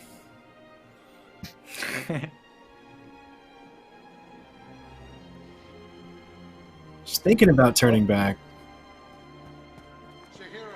So your question is, has she changed? Is she a new person? Like, right? When she first showed up? I mean, you can argue that no, she's not, because both upon entering and upon leaving, she looked back and hesitated before moving forward. So there's the similar energy that she's got, just for two very different reasons.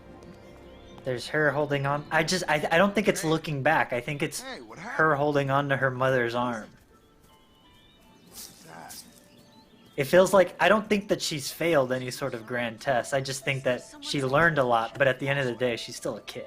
That's the vibe I got. Well, I mean, the only thing that's changed, because her parents aren't, they're not aware of anything. Like, they didn't learn any lessons, or they're exactly the same as they were to begin with. So it's, there wasn't anything changing there. Literally, the only thing that's changed outside is time has passed, because everything's overgrown. Which, were they in there for months? Like, all the grass and the cobwebs and everything. It is a bit scary. I think I can handle it. Wonderful message. I think she can handle it. I agree. I think you can too, Shihiro. Well, Kenny, what did you think? It held up after all this time? Absolutely. No, I mean, of course it did. And knowing that I was going to see it for, I guess a third time now, but after my experiences in Japan, I was able to see it through new eyes. And I didn't go in with any preconceived notions. I didn't use any of my previous viewings to sort of influence how I looked at it today. And I found a lot of new ways to appreciate the story. And I kind of saw myself trying to put myself in a scenario where, okay, if I was 12 or 13 or 14, maybe 15, at the end, would I expect, one final dragon chase scene, or would I maybe expect her to have a more physical fight with No Face when No Face was a big globulous monster? And I'm looking at it now, and I think back then, and this is 20 years ago already, I don't think I expected it. And I think that I was just as satisfied as I was back then as I was now, because, I mean, there's a reason why I let you guys know this is in probably my top 3 of all time. And yeah, it absolutely held up. So I couldn't, it's amazing to have so many pieces that could have been directed in complete other directions. For example, you had a flying dragon that was injured, that was, and that could have led to some sort of epic battle scene. And I would have been happy with that too.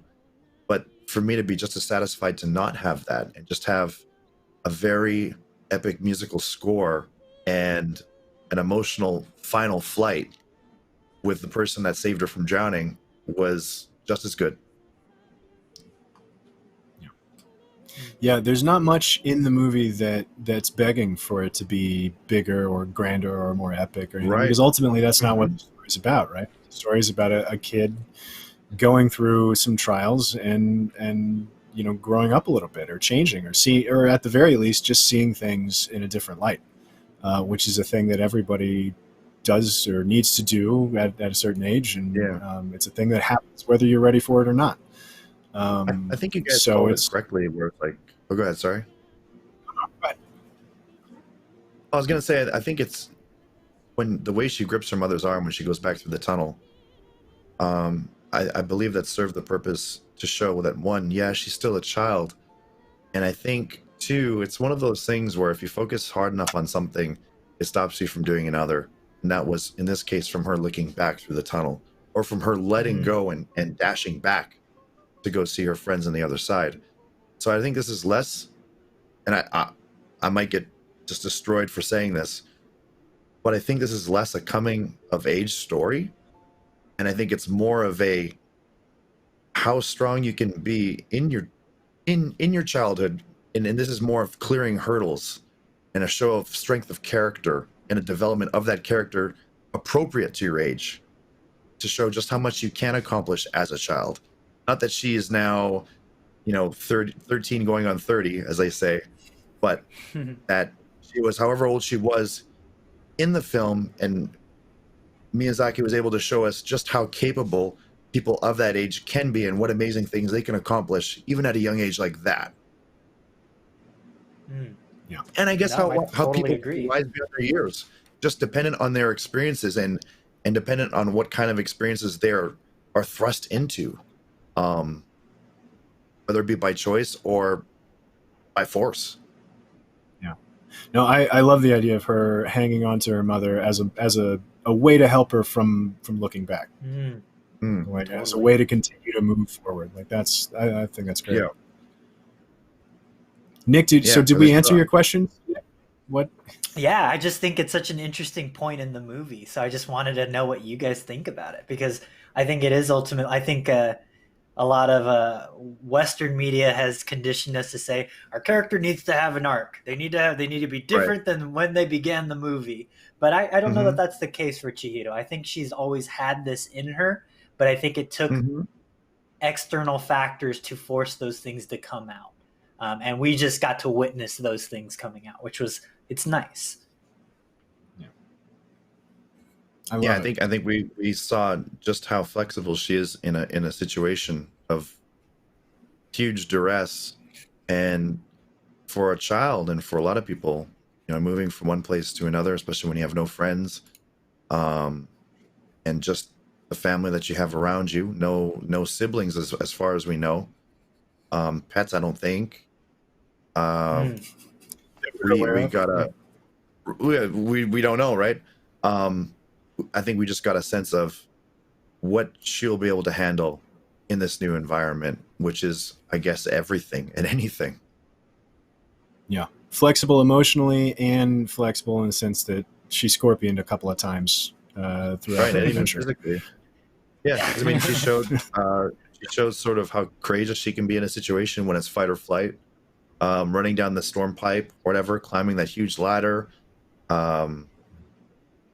Yeah, there's numerous occasions where it was, of course, any one of us in this room right now could climb a ladder, but a lot of people, if they have a fear of heights, or if you didn't actually have to, wouldn't want to climb that ladder or hide in a windowsill, or you know what I mean? I think it was just a very educational journey for her to know more about herself, what she's capable of, and that she knows that she's well equipped to deal with this new situation of being in this new town, having to start completely fresh.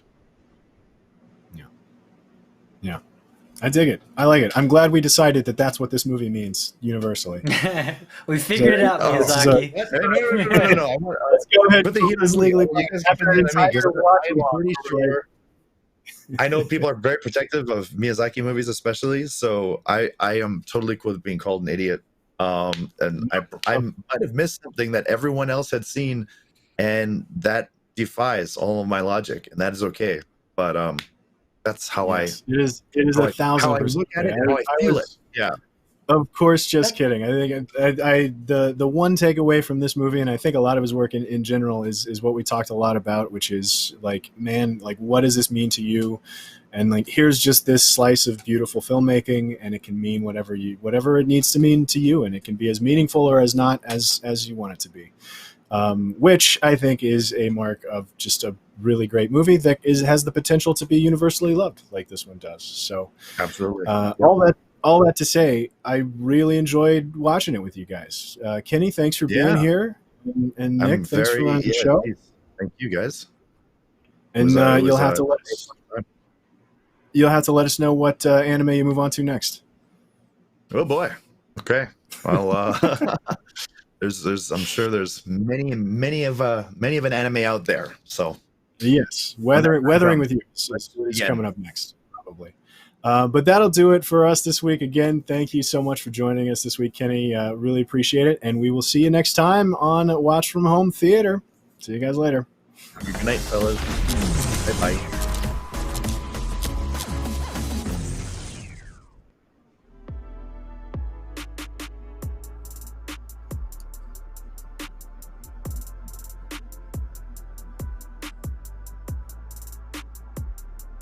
Are we out?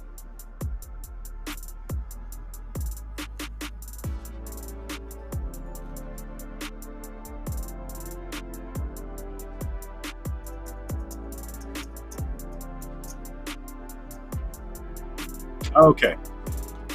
No worries. That was great.